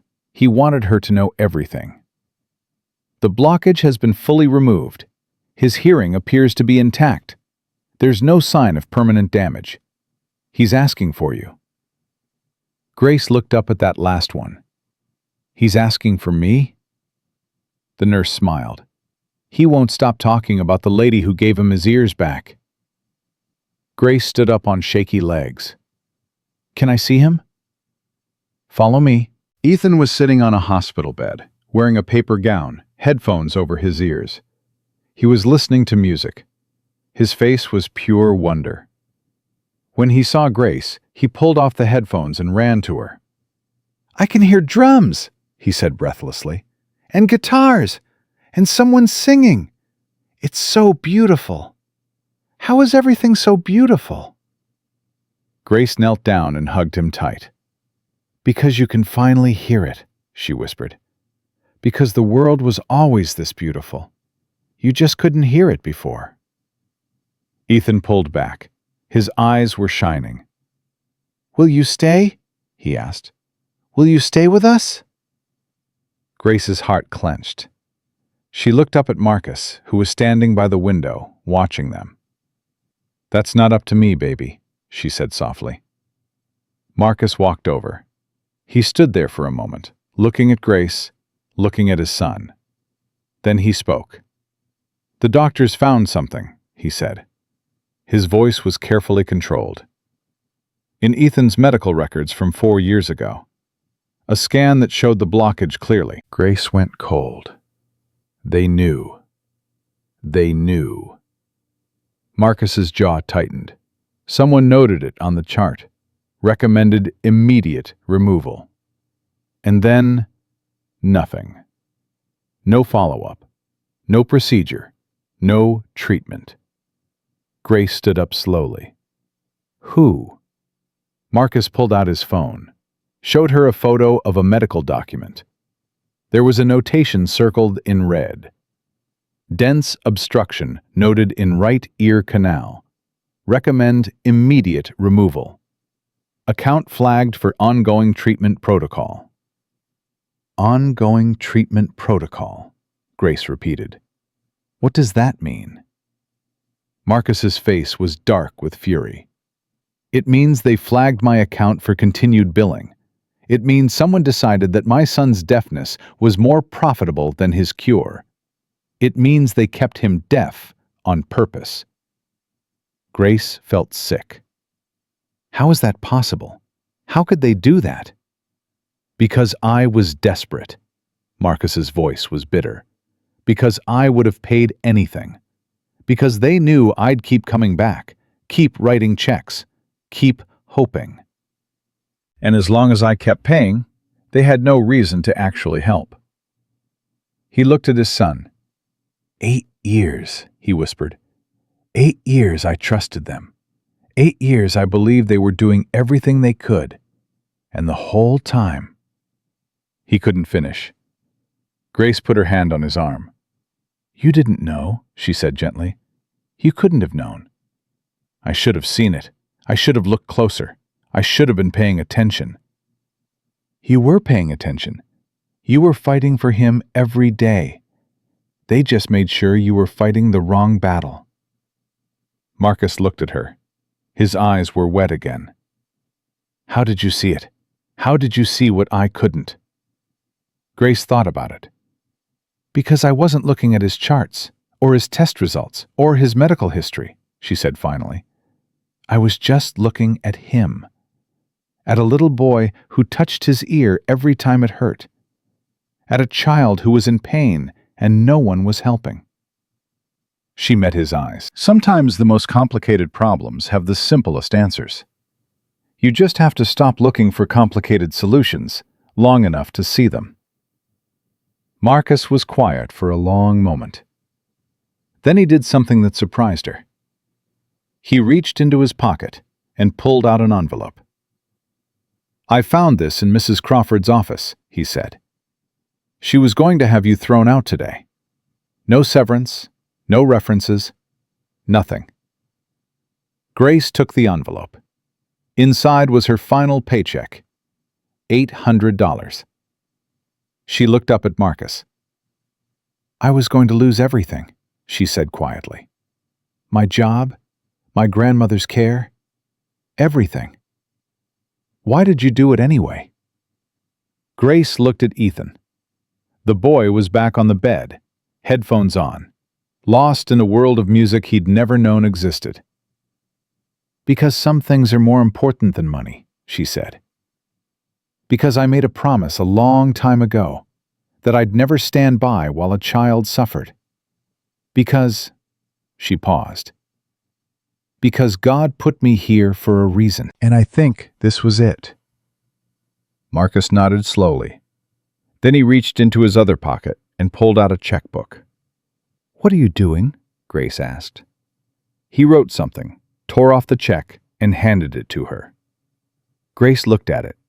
Her heart stopped. Mr. Wellington, I can't accept this. It's not charity, Marcus said. It's payment. For services rendered. For saving my son's life when everyone else had given up. Grace stared at the check. The number written on it would pay off her grandmother's nursing home bills 10 times over. It would change everything. This is too much, she whispered. It's not enough. Marcus's voice was firm. It will never be enough. But it's a start. Grace's hands trembled. Tears were falling down her cheeks. I don't know what to say. Say you'll stay. Marcus looked at his son, then back at her. Ethan needs someone who actually sees him. Someone who cares. I need someone I can trust. He paused. I'm firing every doctor who ever touched my son. I'm suing every hospital that profited from his suffering. I'm going to burn down the entire system that kept him deaf. His eyes met hers. But I can't do it alone, and I can't take care of Ethan by myself. He needs someone who loves him. Grace looked at Ethan. The boy had taken off his headphones again and was watching them, his eyes full of hope. Please stay, he said. Please. Grace walked over to him, knelt down, took his hands. She thought about her grandmother, about Daniel, about Samuel, about all the moments that had led her here, to this sunroom, to this boy, to this impossible choice that wasn't really a choice at all. "Okay," she said softly. "I'll stay." Ethan threw his arms around her neck. "Thank you," he whispered. "Thank you, thank you, thank you." Grace held him tight. "You're welcome, baby," she said. "You're so welcome." Over his shoulder, she saw Marcus watching them. His face was softer than she'd ever seen it. The grief was still there, but something else was growing alongside it. Hope. The same hope she'd seen in Ethan's eyes when she'd first helped him with the airplane wing. The same hope she'd felt when Samuel heard their mother's voice for the first time. The same hope that had carried her through the darkest moments of her life. Grace closed her eyes and held Ethan closer. "Thank you, Lord," she whispered. "Thank you for giving me the courage to try." Outside the window, the sun was setting. The sky was painted in shades of orange and pink and gold. And somewhere in the distance, a bird was singing. Ethan lifted his head. "I can hear it," he said, wonder in his voice. "I can hear everything." Grace smiled. So could she. The investigation began 3 days later. Marcus hired a team of private investigators, forensic accountants, and lawyers who specialized in medical malpractice. He gave them one instruction: find everyone who knew about my son's condition and did nothing. Grace watched from the sidelines as the Wellington machine roared to life. Phones rang constantly. Couriers came and went. Legal documents piled up on Marcus's desk like snowdrifts. But through it all, Ethan stayed close to her. The boy was learning to navigate a world he'd never known existed. Every sound was a discovery. The creak of floorboards, the whistle of wind through windows, the clatter of dishes in the kitchen. He would stop mid-step, his head tilting, his eyes going wide. "What's that?" he would ask. "What's that sound?" And Grace would tell him. "That's the refrigerator humming. That's a car driving past. That's rain on the roof." "Rain," Ethan repeated one afternoon, standing at the window while a storm rolled across the estate. "Rain sounds like tiny drums." Grace smiled. "That's a beautiful way to describe it." Ethan pressed his palm against the glass. "I've seen rain my whole life, but I never knew it made music." His voice was getting stronger every day. The words came easier now, less halting, more confident. 8 years of silence couldn't be erased overnight. But Ethan was a fast learner. He practiced constantly, repeating words, testing sounds, discovering the shape of language on his tongue. Speech therapists came to the house, hearing specialists, audiologists. Marcus spared no expense, but this time he watched everything, asked questions, demanded explanations.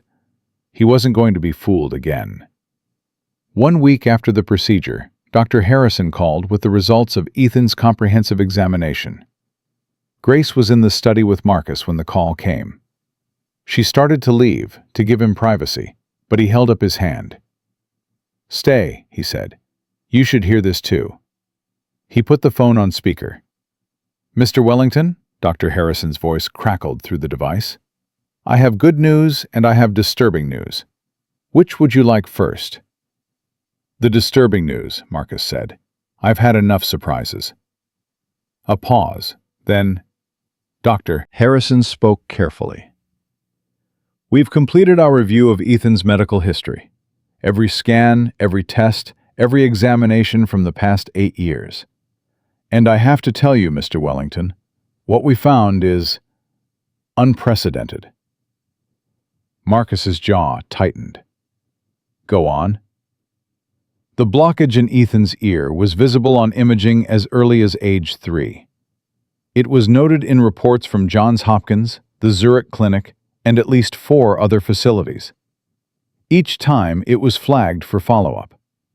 Each time That follow-up never happened. Grace felt sick. "Why?" Marcus asked. His voice was dangerously quiet. Why didn't anyone act on it? Dr. Harrison hesitated. "I can't speak to motivations, Mr. Wellington, but I can tell you what the records show. Each time the blockage was noted, your account was flagged for what they called extended treatment protocols. Essentially, your case was marked as ongoing, chronic, requiring continued intervention." Marcus closed his eyes. "They were billing me for treatments they knew wouldn't work." "It appears that way, yes." "Who?" Marcus's eyes snapped open. "Give me names." "Mr. Wellington, I'm not sure I should—" "Names, doctor. I paid you to find the truth. Give me the truth." Another pause. Then Dr. Harrison began to read. Dr. Raymond Chen, Johns Hopkins. He noted the blockage in 2019, but recommended further diagnostic testing instead of removal. Dr. Ingrid Hoffman, Zurich. She saw it in 2020 and suggested experimental gene therapy as an alternative approach. Dr. Patricia Wells, London. Dr. Kenji Yamamoto, Tokyo. Dr. Liu Wei, Singapore. He kept reading, name after name, doctor after doctor. Grace counted silently. 7, 8, 9. 11 doctors who had seen the blockage. 11 doctors who had done nothing. "That's 11, Dr. Harrison finished. 11 medical professionals who had clear evidence of a treatable condition and chose not to treat it." Marcus was silent for a long moment. "And the good news?" he finally asked. "Ethan's hearing is excellent," Dr. Harrison said. "No nerve damage, no lasting complications. Whatever blockage was there, it was purely mechanical. Now that it's removed, his auditory system is functioning normally." Grace let out a breath she didn't know she'd been holding. "He's going to be okay?" she asked. "More than okay," Dr. Harrison replied. "He's going to be fine.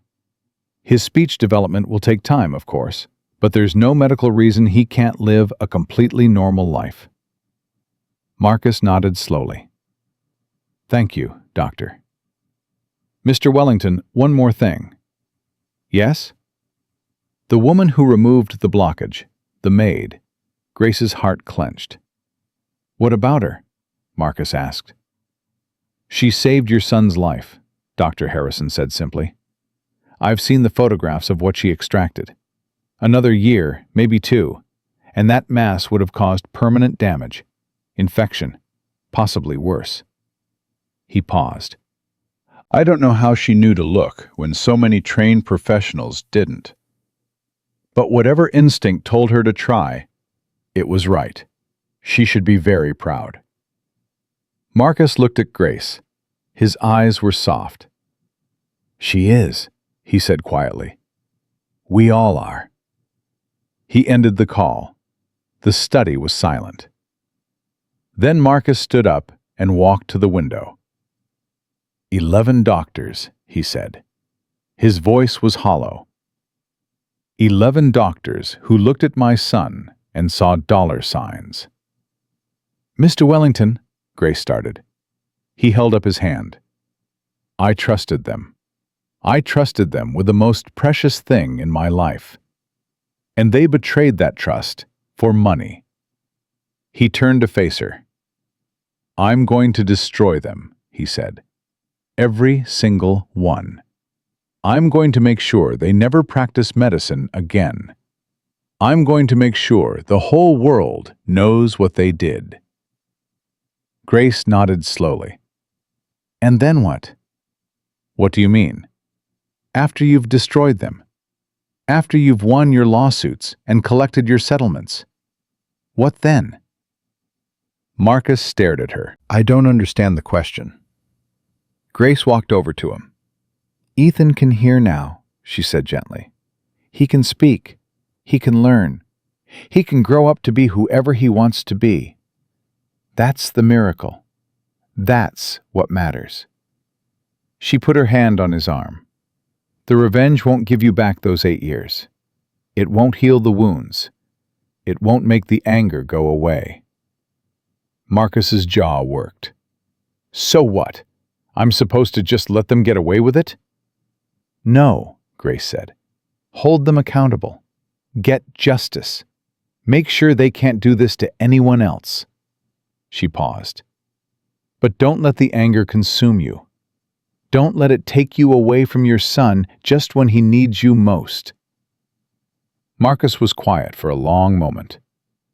Then his shoulders sagged. You're right, he said softly. You're right. I don't know how to stop being angry. You don't have to stop being angry, Grace said. You just have to choose what you do with that anger.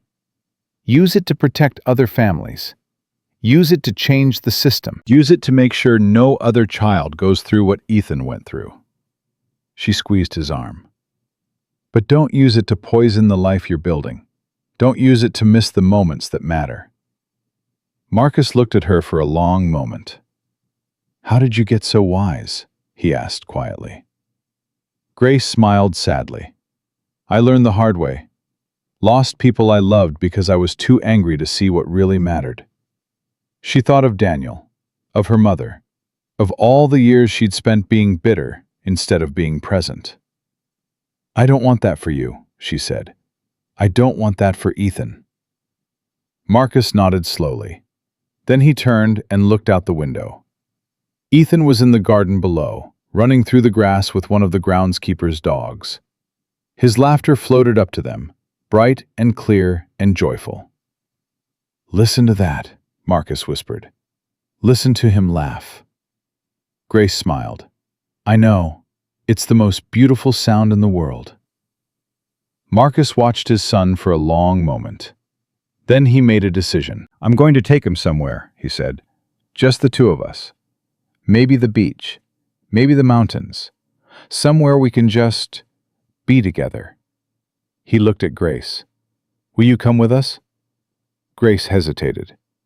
Mr. Wellington, that's a family trip. I don't want to intrude. You're not intruding. Marcus's voice was firm. You're part of this family now. You saved my son. You gave him back his life. He reached out and took her hand. Please, he said. Ethan would want you there. And honestly, I think I need you there too. Grace felt tears prick her eyes. Okay, she said softly. I'll come. Marcus smiled. It was the first real smile she'd seen from him. Thank you, Grace, for everything. She squeezed his hand. Thank you for letting me stay. 2 weeks later, they drove to the coast. Grace sat in the back seat with Ethan, watching his face as the landscape changed around them. He had never been to the ocean before, never heard the crash of waves or the cry of seagulls. Are we almost there? He asked for the 100th time. Almost, Marcus said from the driver's seat. Look, you can see the water now. Ethan pressed his face against the window. The ocean stretched out before them, vast and blue and endless. Sunlight sparkled on the waves like scattered diamonds.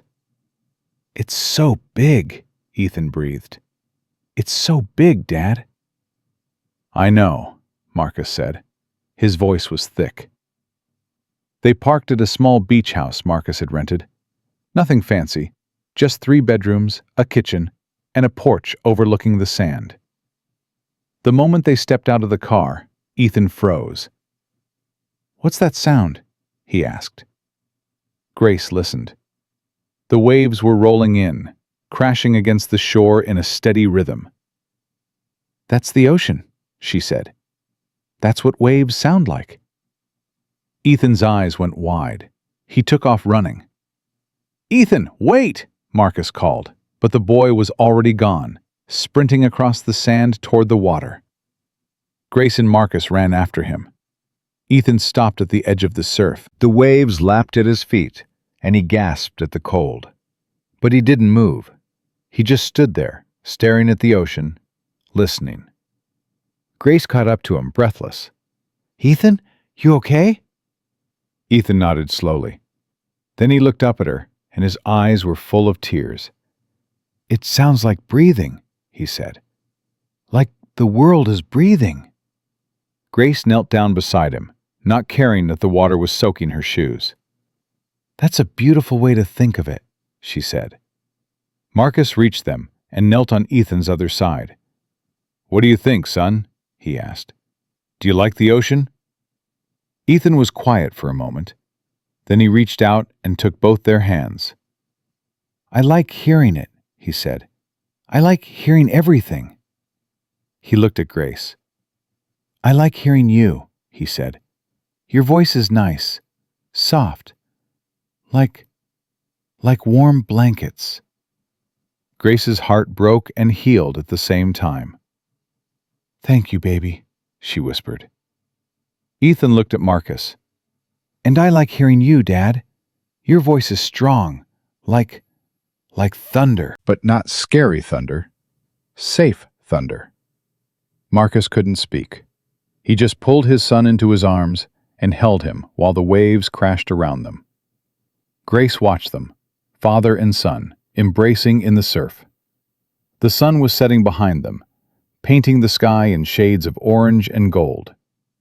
She thought about how far they'd come, from a silent mansion full of secrets to this beach full of sound and light and love.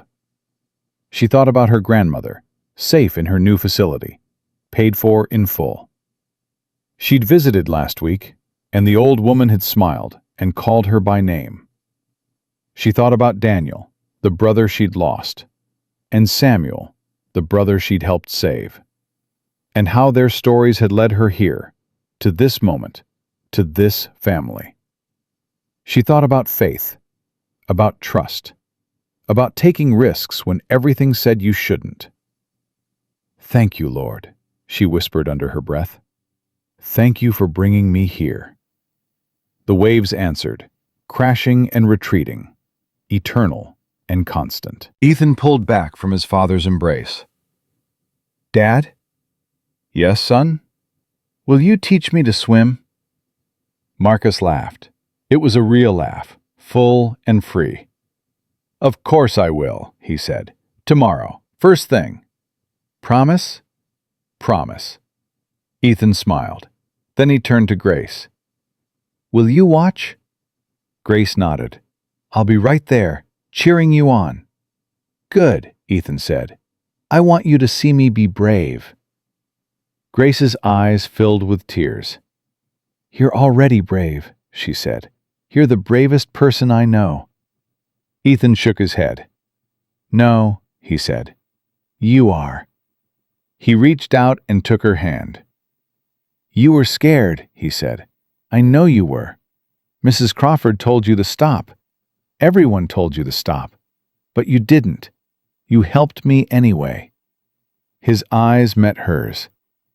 "That's brave," he said. "Being scared and doing it anyway." Grace couldn't speak. She just pulled him into a hug and held him tight. Over his shoulder, she saw Marcus watching them. His eyes were wet, but he was smiling. "Thank you," he mouthed. Grace nodded. They stood there together as the sun sank below the horizon, three people who had found each other against all odds, listening to the ocean breathe. That night, after Ethan was asleep, Grace sat on the porch with Marcus. The stars were out, scattered across the sky like salt on black velvet. The ocean murmured in the distance, constant and calming. "Can I ask you something?" Marcus said. "Of course." He was quiet for a moment. Then he spoke carefully. "What made you do it? Really? I know you told me about your brother, but there had to be more than that. You risked everything. Your job, your grandmother's care, everything." Grace looked out at the stars. "I made a promise," she said quietly, "a long time ago. To my brother Daniel." "The one who passed?" Grace nodded. He died when I was 16. He was sick, and we couldn't afford help. And by the time anyone noticed how bad it was too late." She paused. "I held his hand when he died. He was trying to tell me something, but he couldn't get the words out. And I just sat there. I didn't know what to do. I didn't know how to help." Her voice broke. "I promised him that day. I promised I would never stand by while someone suffered. Never let fear stop me from doing what was right." She wiped her eyes. "When I saw Ethan, when I saw his pain, when I realized what was happening, I couldn't walk away, even if it cost me everything. Because I'd already lost everything once, and the cost of doing nothing is always higher than the cost of trying." Marcus was silent for a long moment. Then he spoke. "Elena," he said, "my wife. She was trying to tell me something too. At the end." Her lips were moving, but no sound came out. Grace looked at him. "I've spent 8 years wondering what she was trying to say," Marcus continued. 8 years of guilt and grief and questions that never got answered. He took a breath. "But I think I know now. I think she was trying to tell me to take care of our son. To really take care of him. Not just throw money at his problems. Not just hire experts and hope for the best." He looked at Grace. "She would have done what you did," he said, "if she'd been here, if she'd seen what you saw. She would have risked everything." Grace didn't know what to say. "I think she sent you," Marcus said quietly. "I think somehow, wherever she is, she found you and brought you to us." Grace felt tears streaming down her face. "I don't know about that," she whispered. "But I do know that God works in mysterious ways." Marcus smiled softly. "Maybe that's the same thing," he said. "Different words for the same truth." They sat in silence for a while, watching the stars. Then Marcus spoke again. "I want to set up a foundation," he said, "in Ethan's name, to help families who can't afford proper medical care, to make sure what happened to us doesn't happen to anyone else." Grace looked at him. "And I want you to run it," he said. "Me? You understand what these families go through. You know what it's like to struggle, to fight, to be ignored by a system that should help you. You're the perfect person to lead this." Grace shook her head. "Mr. Wellington, I don't have the experience. I don't have the education. I'm just a—" "Don't say Maid," Marcus interrupted. "Don't you dare say Maid." He turned to face her fully. "You're the woman who saved my son's life," he said. "You're the woman who saw what 43 specialists missed. You're the woman who had the courage to act when everyone else told you to stay silent." He took her hand. "You're exactly who this foundation needs. Someone who cares more about people than credentials. Someone who looks at a child and sees a human being, not a billing opportunity." Grace's heart was pounding. "Can I think about it?" she asked. "Of course," Marcus smiled. "Take all the time you need." They sat together on the porch until the moon rose high overhead. And for the first time in a very long time, Grace felt like she was exactly where she was supposed to be. 6 months later, the lawsuits began. Marcus stood in the federal courthouse, surrounded by lawyers and reporters, his jaw set like stone. Behind him, blown up on a massive screen, were the medical records, the notations, the evidence of 11 doctors who had seen his son's treatable condition and chosen to do nothing.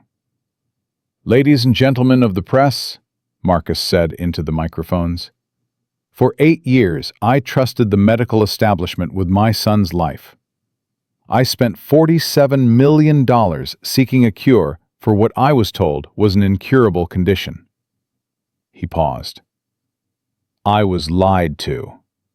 The cameras flashed, reporters shouted questions. Marcus held up his hand. Today, I am filing lawsuits against 11 medical professionals and 7 healthcare institutions. These individuals and organizations saw clear evidence of a simple, treatable blockage in my son's ear. They documented it. They noted it in their reports. And then they did nothing. His voice hardened. They did nothing because my desperation was profitable. They did nothing because a cured patient stops paying. They did nothing because they valued their bottom line more than my son's quality of life. He looked directly into the cameras. My son spent 8 years in silence. 8 years unable to hear his father's voice. 8 years of isolation and pain that could have been prevented with a 30-minute procedure. Marcus's voice cracked, but he pushed through. And do you know who finally helped him? It wasn't a specialist from Johns Hopkins. It wasn't a researcher from Zurich. It wasn't any of the 43 doctors I flew around the world to consult. He turned and gestured to someone standing at the edge of the crowd. It was a maid. A woman named Grace Turner. A woman with no medical degree, no fancy credentials, no resources except her own 2 eyes and a heart that refused to look away from a child in pain. Grace stepped forward reluctantly. She hadn't wanted to be part of this press conference, hadn't wanted the attention, the spotlight, the cameras. But Marcus had insisted. The world needs to know, he'd said. They need to know that sometimes the experts fail and ordinary people save the day. Grace stood beside Marcus now, her hands clasped in front of her, her heart pounding. This woman, Marcus continued, noticed what every specialist missed. She saw my son touching his ear in pain. She saw something dark inside that shouldn't have been there. And when everyone told her to stay silent, to mind her own business, to protect her job, she chose to help anyway. He put his hand on Grace's shoulder. She risked everything to save a child she barely knew. That's courage. That's humanity. That's what the medical profession is supposed to be about, but has forgotten. Marcus turned back to the cameras. These lawsuits aren't just about money. They're about accountability. They're about making sure no other family goes through what we went through. They're about sending a message to every doctor, every hospital, every healthcare executive who puts profit over patients. His eyes were blazing. We see you. We know what you're doing. And we're coming for you. The press conference lasted another hour. Questions flew. Answers were given. By the time it was over, the story was already spreading across every news network in the country. Billionaire exposes medical conspiracy. Maid saves deaf child after doctors fail. 11 physicians face federal investigation. Grace watched the headlines scroll across her phone that night, sitting on the porch of the beach house where they'd returned for the weekend. Ethan sat beside her, his head on her shoulder, watching the same screen. "Is it true?" he asked. "What Dad said? About the doctors knowing?" Grace sighed. "Yes, baby, it's true." "Why?" Ethan's voice was small, confused. He was 9 years old now, his birthday celebrated last month with a party full of sound and music and laughter. But some things were still too big for a child to understand. "Why would they hurt me?" Grace put her arm around him. "They didn't see you as a person," she said carefully. "They saw you as a way to make money, and that was wrong. That was very, very wrong." Ethan was quiet for a moment. "But you saw me," he said. Grace's throat tightened. "Yes, baby, I saw you." Ethan looked up at her. "Why?" Grace thought about the question, really thought about it. "Because that's what people are supposed to do," she said finally. "We're supposed to see each other, really see each other. Not as problems to solve or money to make, but as human beings who deserve love and care and attention." She kissed the top of his head. "I saw you because you were worth seeing. Because every child is worth seeing." Ethan snuggled closer. "I'm glad you saw me," he said. "Me too, baby. Me too." The trials took 2 years. 2 years of depositions and evidence and testimony.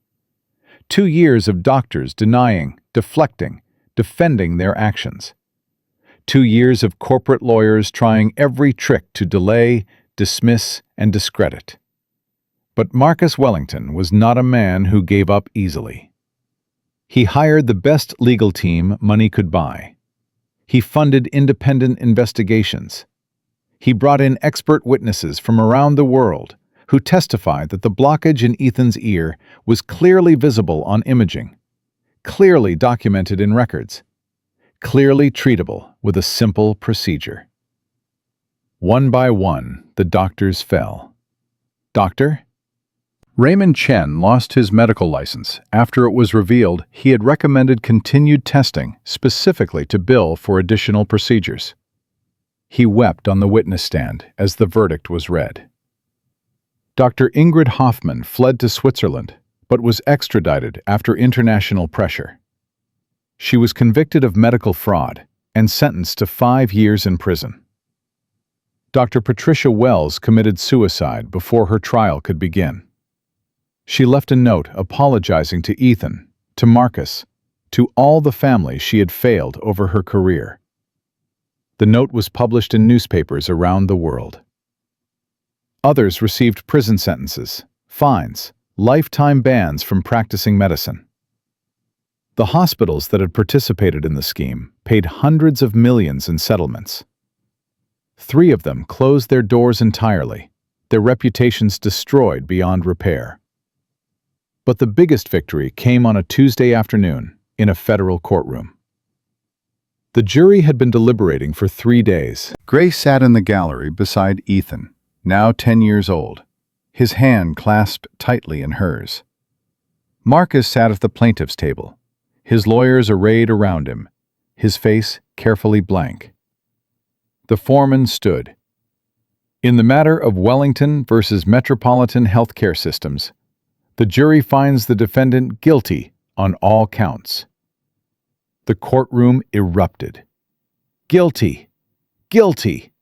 Guilty! 23 counts of medical fraud, 18 counts of conspiracy, 11 counts of criminal negligence. The judge banged his gavel, calling for order.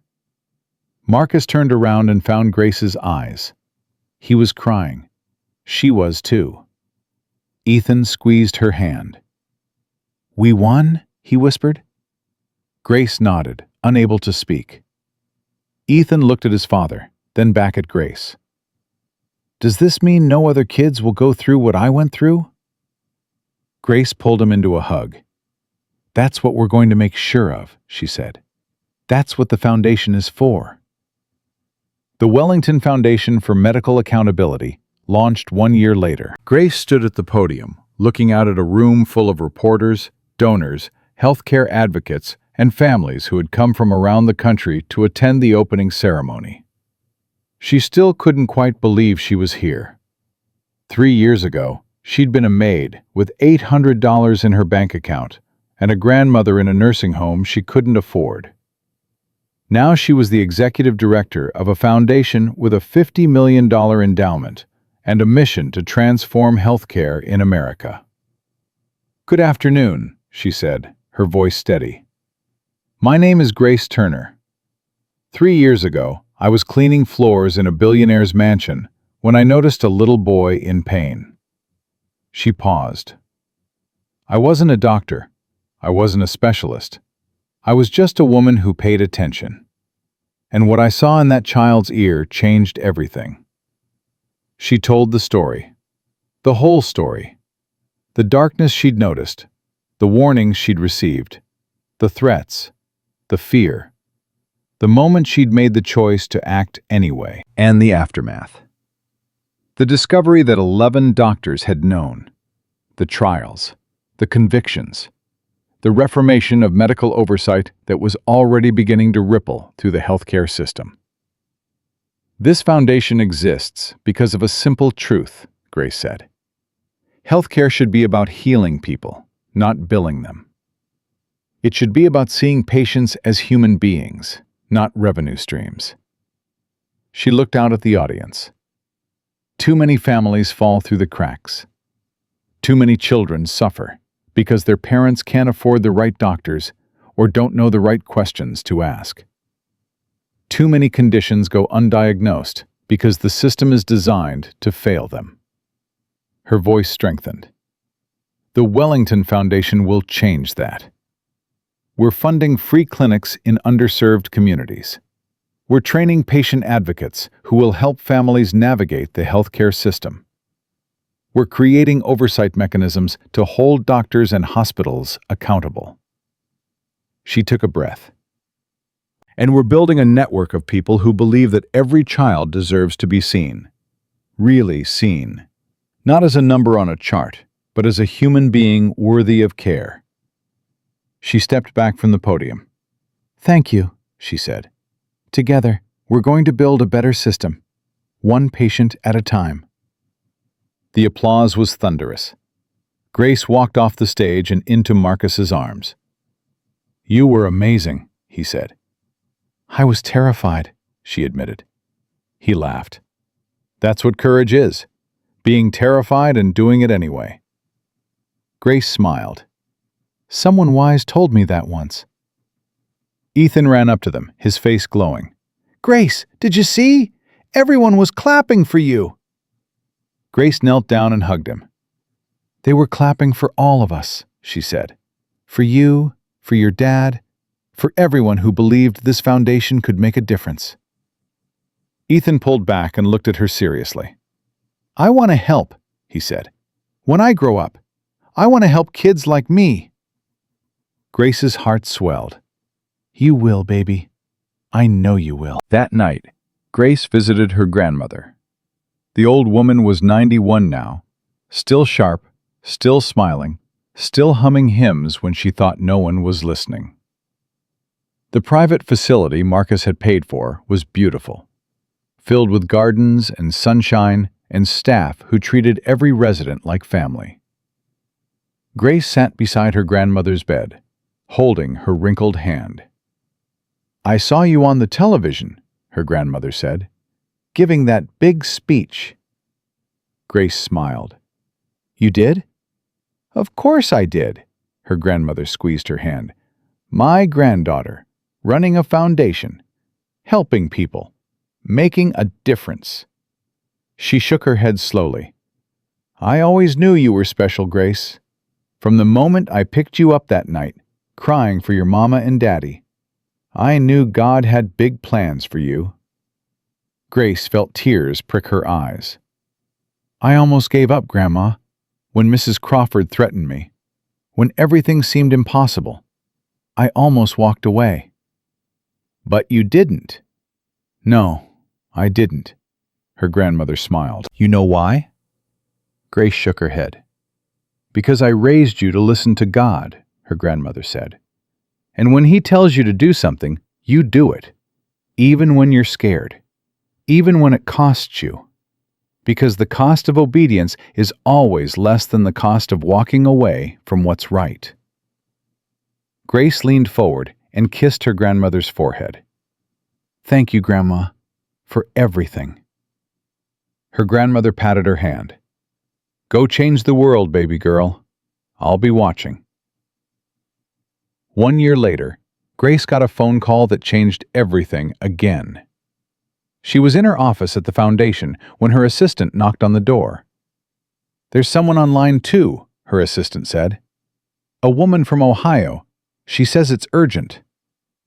Grace picked up the phone. "This is Grace Turner. How can I help you?" A woman's voice, trembling with emotion, came through the line. "Miss Turner, my name is Patricia. Patricia Collins. You don't know me, but I know you. I saw you on the news. I saw what you did for that little boy." Grace leaned forward. "How can I help you, Patricia?" "It's my son, Patricia's voice broke. "He's 6 years old. The doctors say he's autistic, that he'll never speak, that we just have to accept it. But I know something's wrong. I can see it in his eyes. He's trying to tell me something, but no one will listen." Grace's heart clenched. "I've taken him to specialist after specialist," Patricia continued, crying now. "They all say the same thing, but I know my son. I know there's more going on. I know everyone's missing something." Grace closed her eyes. She thought of Ethan, of the darkness in his ear, of all the doctors who had seen and done nothing. She thought of her brother Daniel, of the sickness no one had caught in time. She thought of every family who fell through the cracks, who were told to accept the unacceptable, who were dismissed and ignored and failed by a system that should have helped them. "Patricia," Grace said firmly, "I need you to listen to me." "Okay," Patricia whispered. "I believe you." "Do you understand? I believe you. If you say something's wrong, then something's wrong, and we're going to find out what it is." She could hear Patricia crying harder now. Tears of relief this time. "The foundation has a team of doctors who actually care," Grace continued, "who actually look. I'm going to connect you with them. They're going to examine your son from head to toe, and if there's something to find, they'll find it." "Thank you," Patricia sobbed. "Thank you so much." "Don't thank me yet," Grace said. "Thank me when your son is better." She hung up the phone and sat back in her chair. Her assistant appeared in the doorway. "Everything okay?" Grace nodded slowly. "That's the 47th call like that this month," she said. 47th family who's been failed by the system. 47th child who's been overlooked. Her assistant looked concerned. "Are you okay?" Grace thought about it. "I'm tired," she admitted. "I'm overwhelmed. Sometimes I wonder if we're really making a difference." She stood up and walked to the window. The city stretched out before her. Millions of people going about their lives. Millions of stories she would never know. "But then I think about Ethan," she said quietly, "about how his whole world changed because one person paid attention. And I think about all the Ethans out there, all the kids who are suffering in silence, waiting for someone to see them." She turned back to her assistant. "That's why we keep going. That's why this matters." Her assistant nodded. "You're a good person, Grace." Grace shook her head. "I'm just someone who refuses to look away. That's all any of us can be." The 5th anniversary of the Wellington Foundation was celebrated with a gala at the estate. The same mansion where Grace had once scrubbed floors was now filled with hundreds of guests, donors and advocates, and families whose lives had been changed by the foundation's work. Music played, laughter echoed through the halls. The silence that had once defined this place was long gone. Grace stood at the edge of the ballroom, watching the celebration unfold. Marcus found her there. "You're supposed to be mingling," he said with a smile. "I know. I just needed a moment." Marcus nodded. He understood. Even after 5 years, Grace wasn't entirely comfortable with the spotlight. They stood together in silence for a moment. Then Marcus spoke. "5 years ago today, you walked through the front door of this house." Grace nodded. "I remember." "You were scared, desperate, trying to hold your life together with nothing but prayer and determination." "That's accurate." Marcus turned to face her. "Look at what you've done since then," he said. "The foundation has helped over 10,000 families.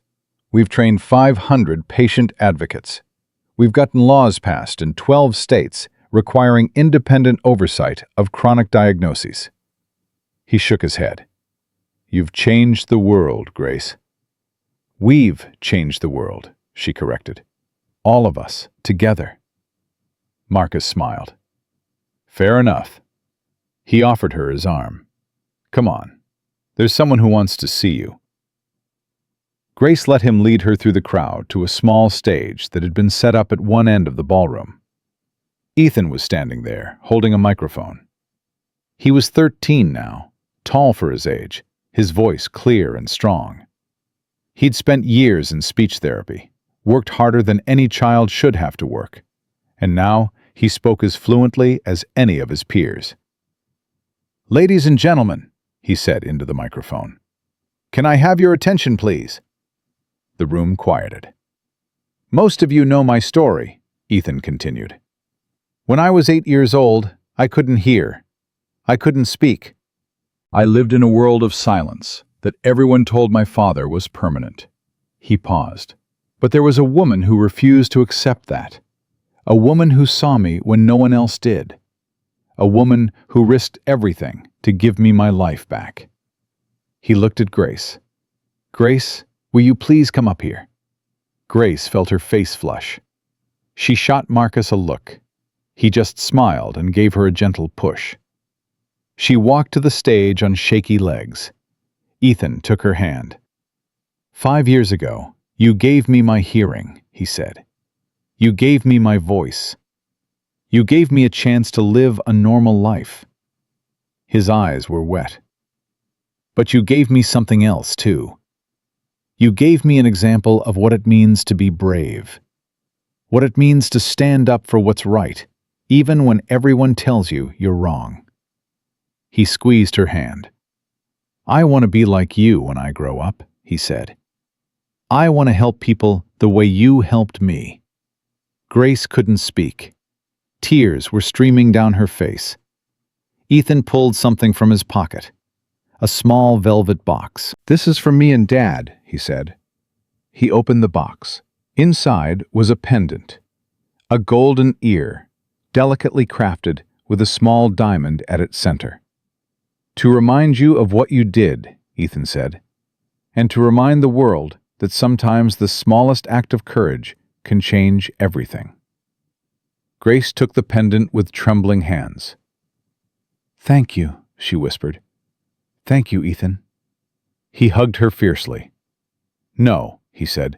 "Thank you for seeing me, for saving me, for everything." The audience erupted in applause. Grace stood there, holding Ethan, surrounded by the echoes of a celebration she never could have imagined 5 years ago. She thought of her grandmother, watching from her room at the facility, humming hymns and smiling.